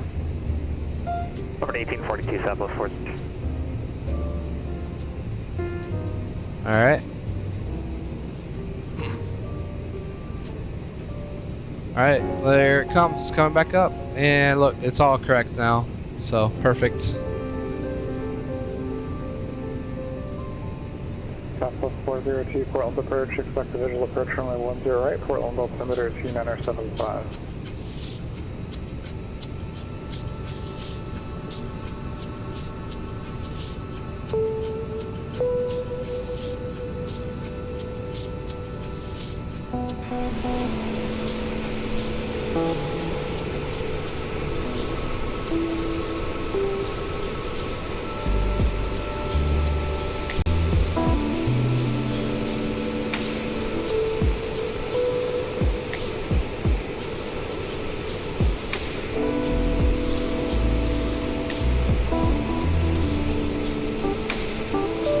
There's some beautiful mountains down there.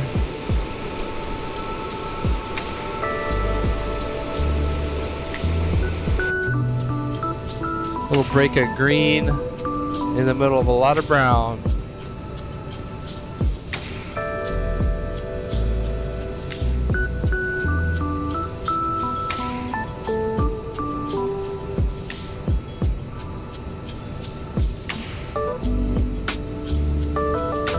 Alright, let's check out, I'm going to go ahead and brief the approach into Flagstaff. Like I said, it's going to be ILS runway 21. So let's get our speed set first here on the EFB. Let's double check that cabin altitude, make sure it's not doing anything crazy. So let me minimize this for a second so I can see what's going on over here at the speed window. So let's see if it'll set these now. So VT's at 211, yep, that's good. V1 should go away, but it's not going to. VR, it's not, yeah, it's not setting those. So okay, I'll have to set it manually.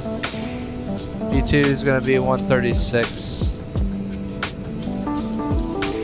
So typically you can get V1 to disappear, but I'm just going to set it to the same thing as VREF. So 128.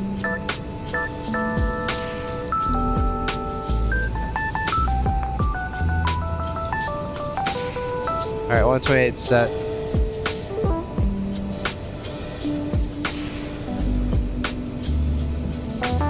Obviously, CG, everything's looking good. So we have flaps.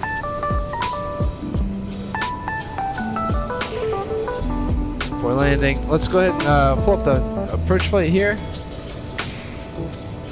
So we're looking at Flagstaff, Pulliam, 1st December 17, 11-1, ILS or local runway 21. Localizers 110.5, standing by both our radio tuning units. Final approach course will be 214 inbound. On the glide slope at Final, we should be at 10,200. ILSTA is 7258. We have 7260 set in the MDA window. It's a half a mile visibility, 10 miles is being reported down in Flagstaff right now. Airport elevation 7014, touchdowns at 7,003, and we do have landing elevation set at 7,100. MSAs 11,500 to the west, 14,100 to the north, 10,600 to the east. Sorry, I'm going to turn the music down just a little bit.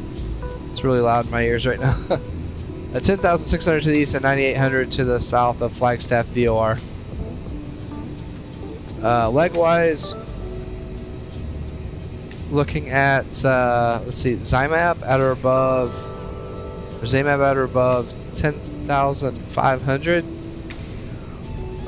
Then FIMAL at or above 10,200. And then runway 21. Published mist is climb to 7,500. Then climbing left turn to 11,000. On a heading of 130 and outbound of the Flagstaff 172 radial to Oates and hold. And continue climb and hold to 11,000. So that all matches. It's all in the FMS correctly. The DME is required for this approach. DME from Flagstaff VOR, simultaneous reception of localizer and Flagstaff DME is required. Autopilot coupled approach not authorized below 7,640 feet. Final approach course offset 3 degrees. So that's good to know in case we do happen to have some thunderstorms that arise when we're coming down there. The weather is, you can see there are definitely quite a few clouds down that way. I don't know if any of the storms are still going, but yeah, we'll begin our descent here in just a second. When we break out, Pappy on the left, miles are lighting, and if we land on 2-1, right hand turn off, likely at Alpha 8 or Alpha 9 at the end, Alpha into the ramp. Wind shear and turbulence set in at runway ends when surface winds exceed 10 knots. To do not today. And that's all I have. We'll go ahead and begin our descent now down to level 240.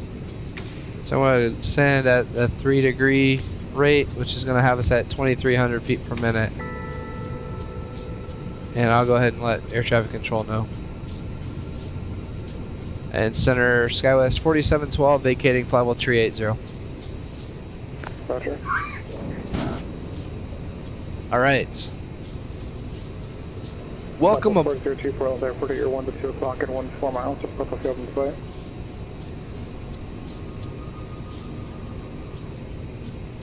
Purple 402, clear visual approach from 10 right.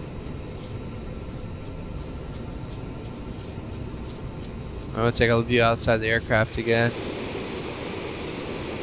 Really cool views out here. This is a very scenic flight for sure.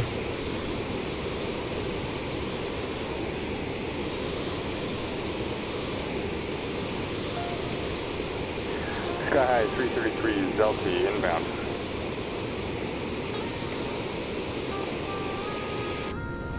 Sky High 333, report your IFR cancellation in the air on this frequency or on the ground on 122.2. Frequency change to advisory approved. Frequency change from Sky High 333. Hey, let me see here. I am going to add this as a... Skywest 4712, contact Albuquerque Center 128.45. 2845, Skywest 4712. 12845. There we go.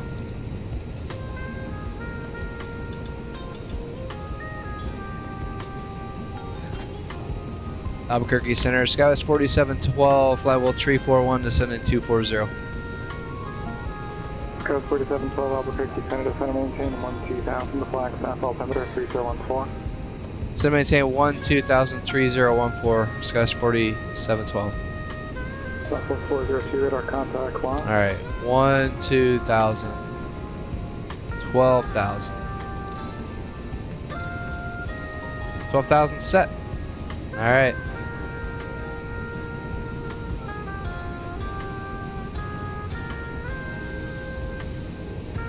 Yeah, I think I'm going to increase our rate of descent just a little bit more. Looks like we're a little off track here.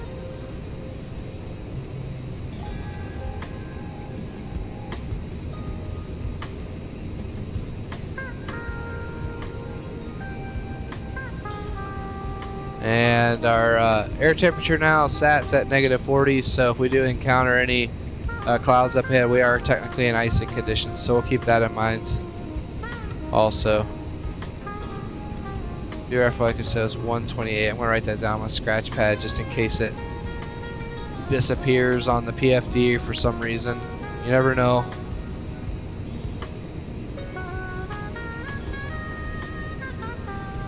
VRF plus factor is going to be +5, so that'll be 133 for the approach. Look at that. The cabin altitude is actually at 9,100 feet now, but the rate's descending at 200 feet per minute, so interesting. I don't know what's going on with the pressurization.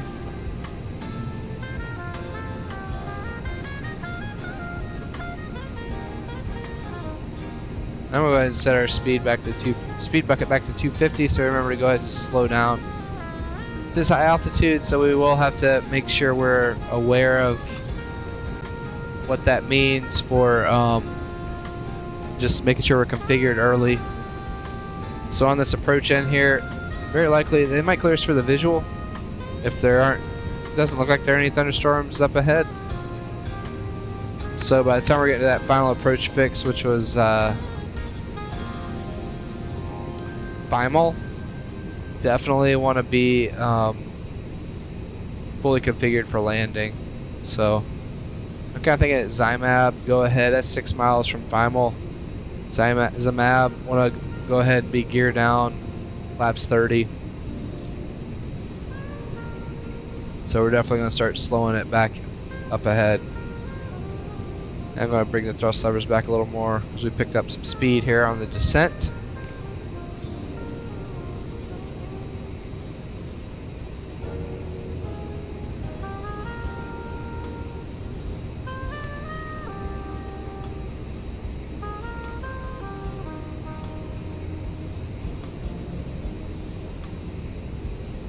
It's beautiful out here for sure. Absolutely beautiful country.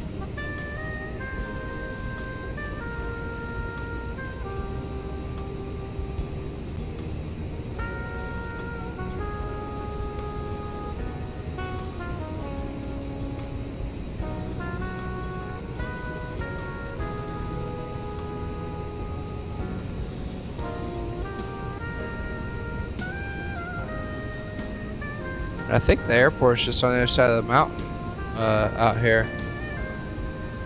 So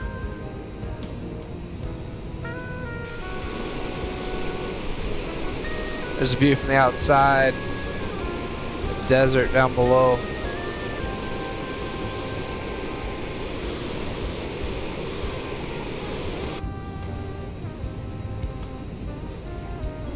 I'm gonna go ahead and turn on the Cal anti-ice for a minute.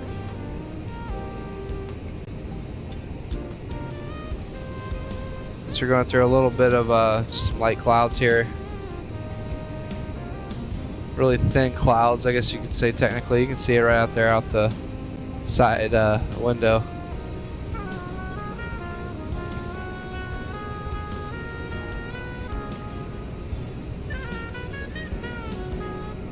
Alright, looks like we're through it. We'll go back to standard on the anti-ice.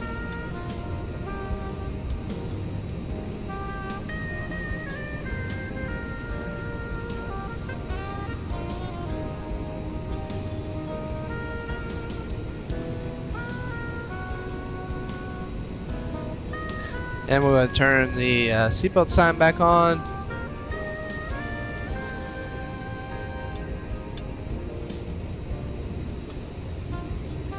Wow, what a beautiful view coming in here.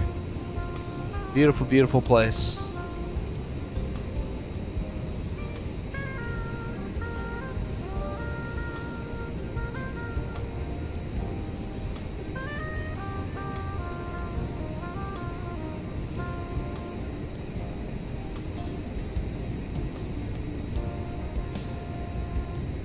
Just kind of soak it in for a minute, and then we'll have to do the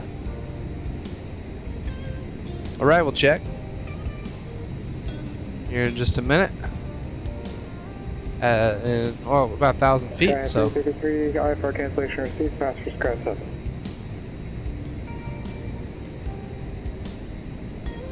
But Flagstaff, it's been a long time since I've been to Flagstaff. But I remember the time I did go, I was a much younger kid, and it was cold. I remember it being relatively cold.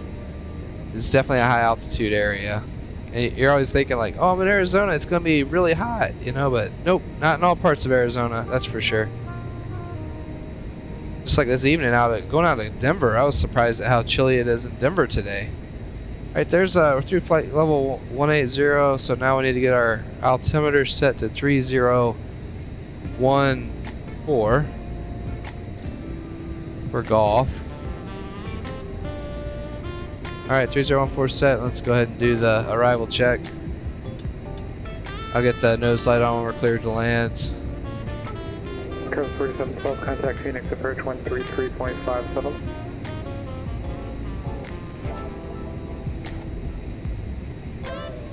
Was that tree 57 for Skywest 4712?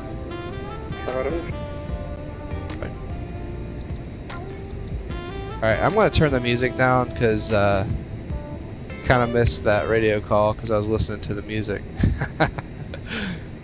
Alright.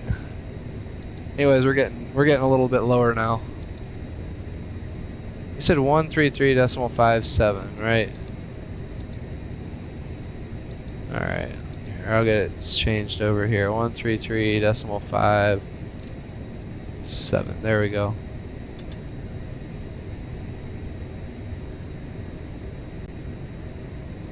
Phoenix approach Skywest 4712 14-4 descending 1-2000 with golf. Go 4712 Phoenix approach the Flagstaff altimeter 301 depart, expect visual approach for runway 21. 3014 Skywest 4712.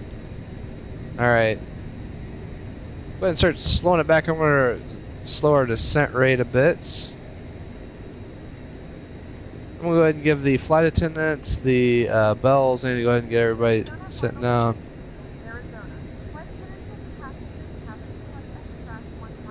And we're going to go ahead and slow on back to 180 knots now.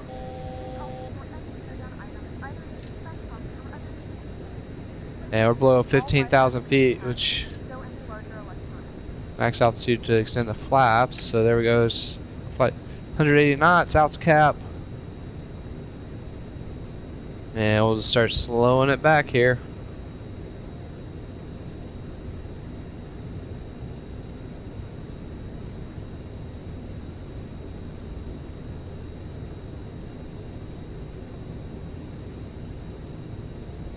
It's high altitude, like I said, that's always a big threat. Man, what a beautiful area, though. Love to get back out here in real life. Alright, let me reduce our... So we're 10 miles out from... Alright, there's 230, let's go flaps 1.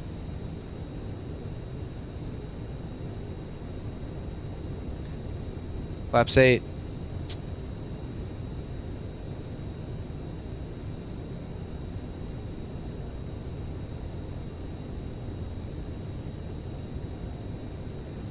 Airport's in sight, out ahead, and we're within 30 miles. And Phoenix approach, Skywest 4712 has Flagstaff in sight. Skywest 4712, clear visual approach runway 21. Clear visual runway 21, Skywest 4712. Alright, 10,200, let's get that set. Oh, there's my scenery update at midnight. It updates every night at midnight for me. Alright, I'm going to go to heading mode. And so we'll just keep on descending here. Flaps 8. I'm going to clean this up. So Fimal is where we're going to intersect. So there's Fimal. That there approach course is 214. So we'll punch that in here on the intercept course, make that big, execute, and let's get 110.5 active in the radio tuning units. Oops, 110.5. There's our cyan preview, so I'll go ahead and go green needles, and we're clear for the approach.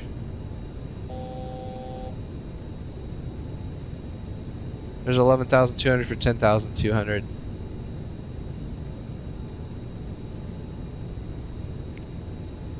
And we'll go ahead and start recording for our replay. Awesome. And I'm going to slow it back to 160 now. Let's go flaps 20. Gear down. Autopilot's coming off. Just got hand fly it from here.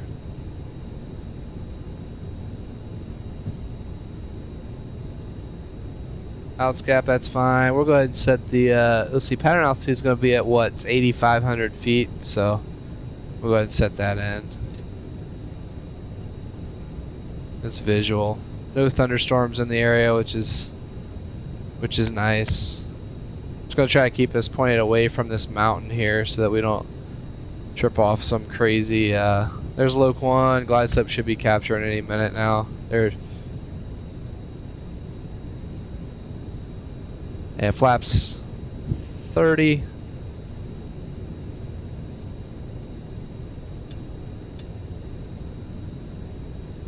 Let's slow it back to our 133, which is flaps 45, bug rough plus factor, which is 133.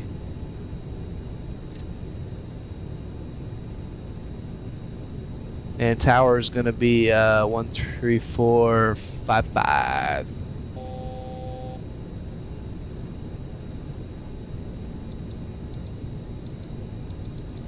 Look at that standing by here.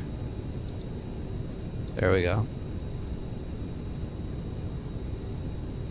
Alright, let's go ahead, landing check, gear down, flaps 45, 45, and thrust reversers armed. After, I'm sorry, landing check is complete. Contact Flagstaff Tower 134.55. Guys, 4712, good day.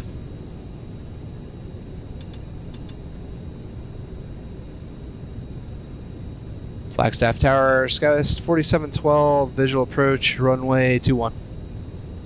4712 Flagstaff Tower, runway 21, clear to land. Clear to land, runway 21, Skywest 4712. Alright, clear to land, there we go. And adding thrust, we got slow there.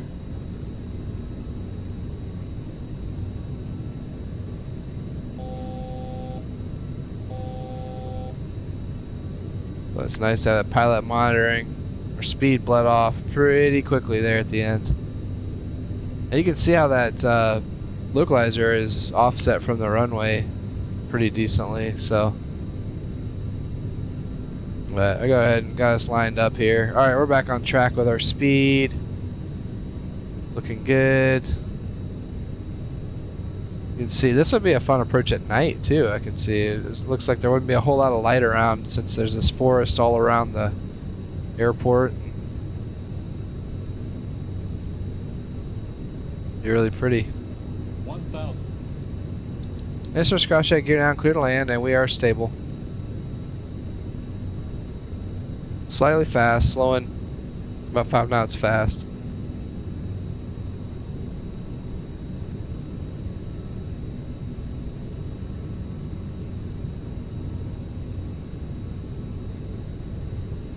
Now you can see, like, just to stay on a 3-degree glide path, I mean, we're at like 900 feet per minute.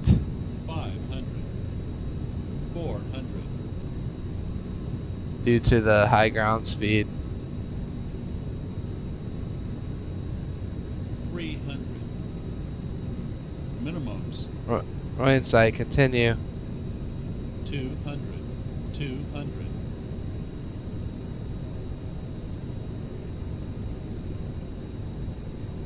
Sync rate. 100. Reducing vertical speed. 50. 40. 30. Wow, I'm getting really 20. big stutters here on my end. 10. Alright, there we are. Let's see if the reversals will go. Get the nose wheel down on the ground. There we go. There's our reverse thrust.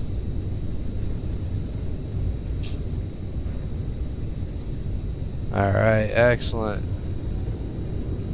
And we don't want to have reverse thrust now. We're past 90 knots. Here's Alpha 8, so we'll exit at Alpha 8. Alright, looking good. And here's the UK2000 Flagstaff scenery.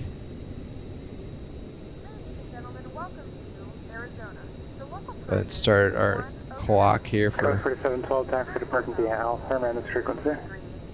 taxi to parking via Alpha with you, Scotch 4712. Good night.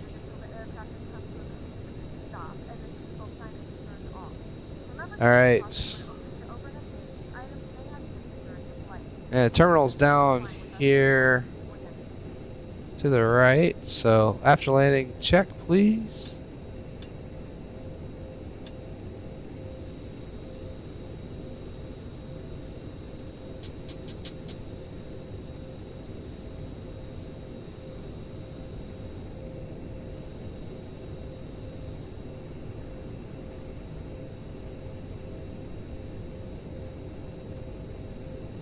Go get the APU fired up.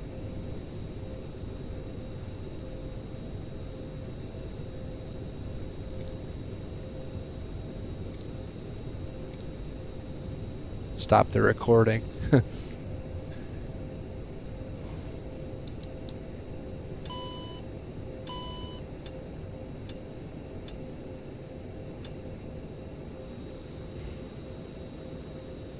Man, I barely tapped the brakes and it took us all the way to a stop. Alright, there we go. Alright, on that after landing. Well, I think I got everything. The radars need to be off too. That's the only other thing here. There we go. Alright, here comes our parking at the terminal.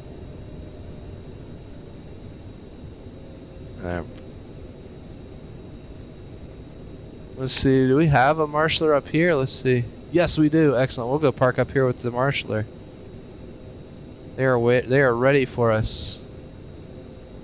What a beautiful location, though. This is a nice little scenery, and it's available in the Microsoft Flight Simulator Marketplace. We'll check it out here before I sign off after we park. We'll walk around the airport for a little bit, check it out.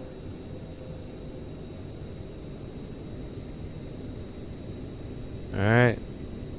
Definitely nice to have a marshaller. And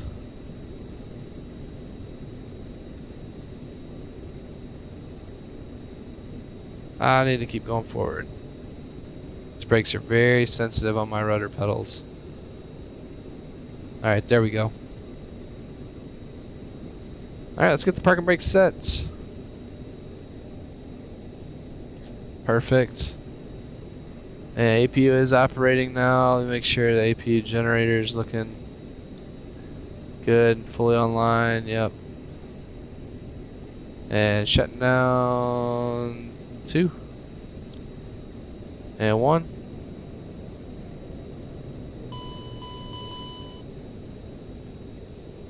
If it'll let me.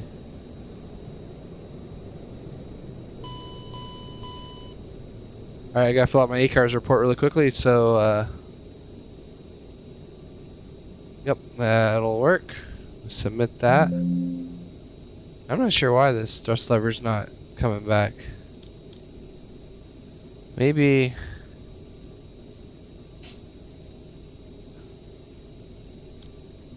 try it again here. There we go. Now it's out. Okay, perfect. Alright, they're good there. Let's make sure we get our chocks in.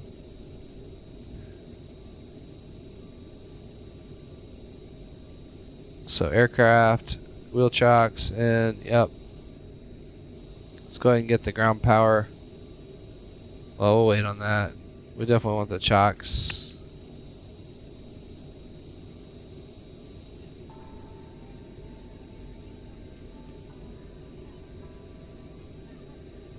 And we'll go ahead and let the get the beacon off. Seatbelt sign, turn it off. Everybody can start getting off the aircraft. Those the steering come off now. Let's do the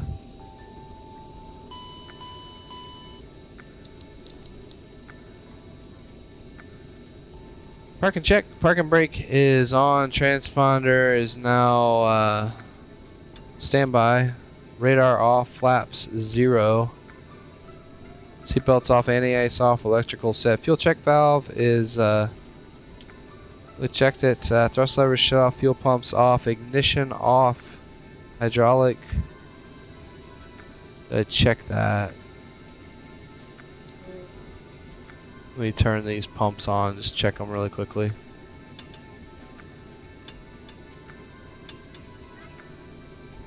Yep, it's all looking good. Let's turn them all off now. Hydraulic checked off, beacon off, and nose wheel steering off. Park and check complete. Alright, cool. Well, welcome to Flagstaff, everyone. Definitely appreciate y'all hopping on board. Let's go outside for a little bit. What do you say? And check out this scenery here in Flagstaff. We'll get a little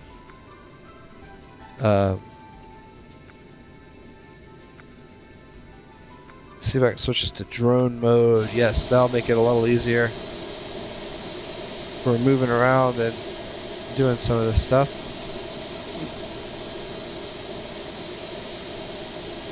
If it'll work.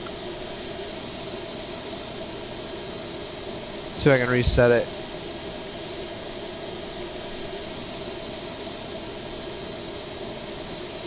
Alright, now I think it'll work. Or maybe not. I'm not sure why it's not letting us do anything.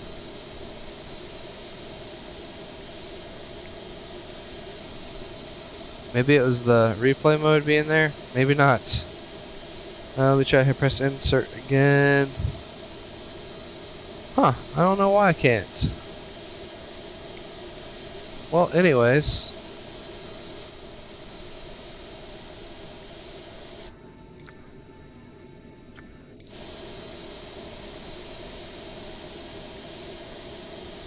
Huh. Oh, and nice flight. I always love the CRJ. Great. Well, thank you so much for riding along. Not sure why I can't get the drone to work, because I definitely want to go and check out the airport with everyone here. So let's get back in the cockpit. Maybe it's because I'm out of the cockpit. Let's try it again now. Let's see. Insert. Yeah, it's not even. There we go.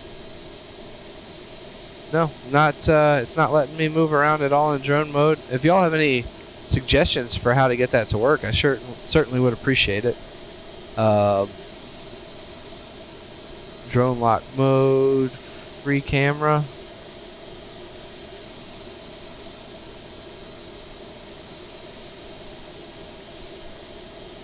Yeah, I'm not sure what's going on with this, but anyways. Well, we'll just look at this external view right now. This is you can see it is a beautiful airport. Looks like my landing lights are still on, or one of my lights are still on. Let's go check that out. Another thing you look for on the recog taxis. Yep, left that on. Definitely don't want to leave those on. 10 minutes is the limitation on that when you're stationary. But you can see they did an excellent job just modeling some of the extra scenery here at the airport. You got a lot of GA aircraft, the beautiful evergreen trees around the airport. There's snow removal vehicles, and it looks like you can try to go around the terminal a little bit. It's just I can't get the drone to work right now, so maybe in a future flight we'll just have to depart out of Flagstaff and we can check this out. But for now, I think what we're gonna do is get back in the aircraft and let's watch the replay of the landing. I think that would be something fun to do for sure. I'm gonna go ahead and we'll end the boarding now for PAC-X. Owen, I am currently taking an abbreviated CRJ ground course for college, so it's super fun to see you fly. Awesome, man. Absolutely. Well, glad this is. I will say this Aerosoft CRJ. I don't know if you have it or not. This is a good one to practice on, because I flew the CRJs for 10 years, and I'll say this would be great to practice your flows on and other things, and also have a few materials on the channel. So if you're not already a subscriber, definitely would encourage you to subscribe to the channel and check out the CRJ tutorial areas. Have some info in there, but really, I mean, focus on whatever flows your operator uses. The flows I have, they're for simulator use only, so they are based off of real world flows and checklists, but obviously modified for the simulator. But man, enjoy it. It's a fun airplane to fly. Definitely a fun airplane to fly. Well, let's go check out the replay really quickly and see how this landing looks in replay. So everything's gonna get kind of crazy here in a second, I think. Let's see if we can. Yeah, here we go. Look at this. Camera track recording. I think this is what you do. And let's hop up front. Let's watch this replay together. Thanks again for joining on this Friday night flight. Always love having you aboard, and it certainly has been fun. Hope to see you all again on a future flight. I definitely plan to fly again next Friday, and sometimes middle of the week could do some flying too. But for now, VREF Simmer signing off. So all of you, thanks for joining. Those of you who are live, certainly appreciate getting to chat with you a little bit. Those of you coming along later, thanks for tuning in. If you would be so kind, please like the video, subscribe to the channel if you're so inclined, and I'll see you soon. Stay safe out there, everyone. VRF Simmer signing off. Good night.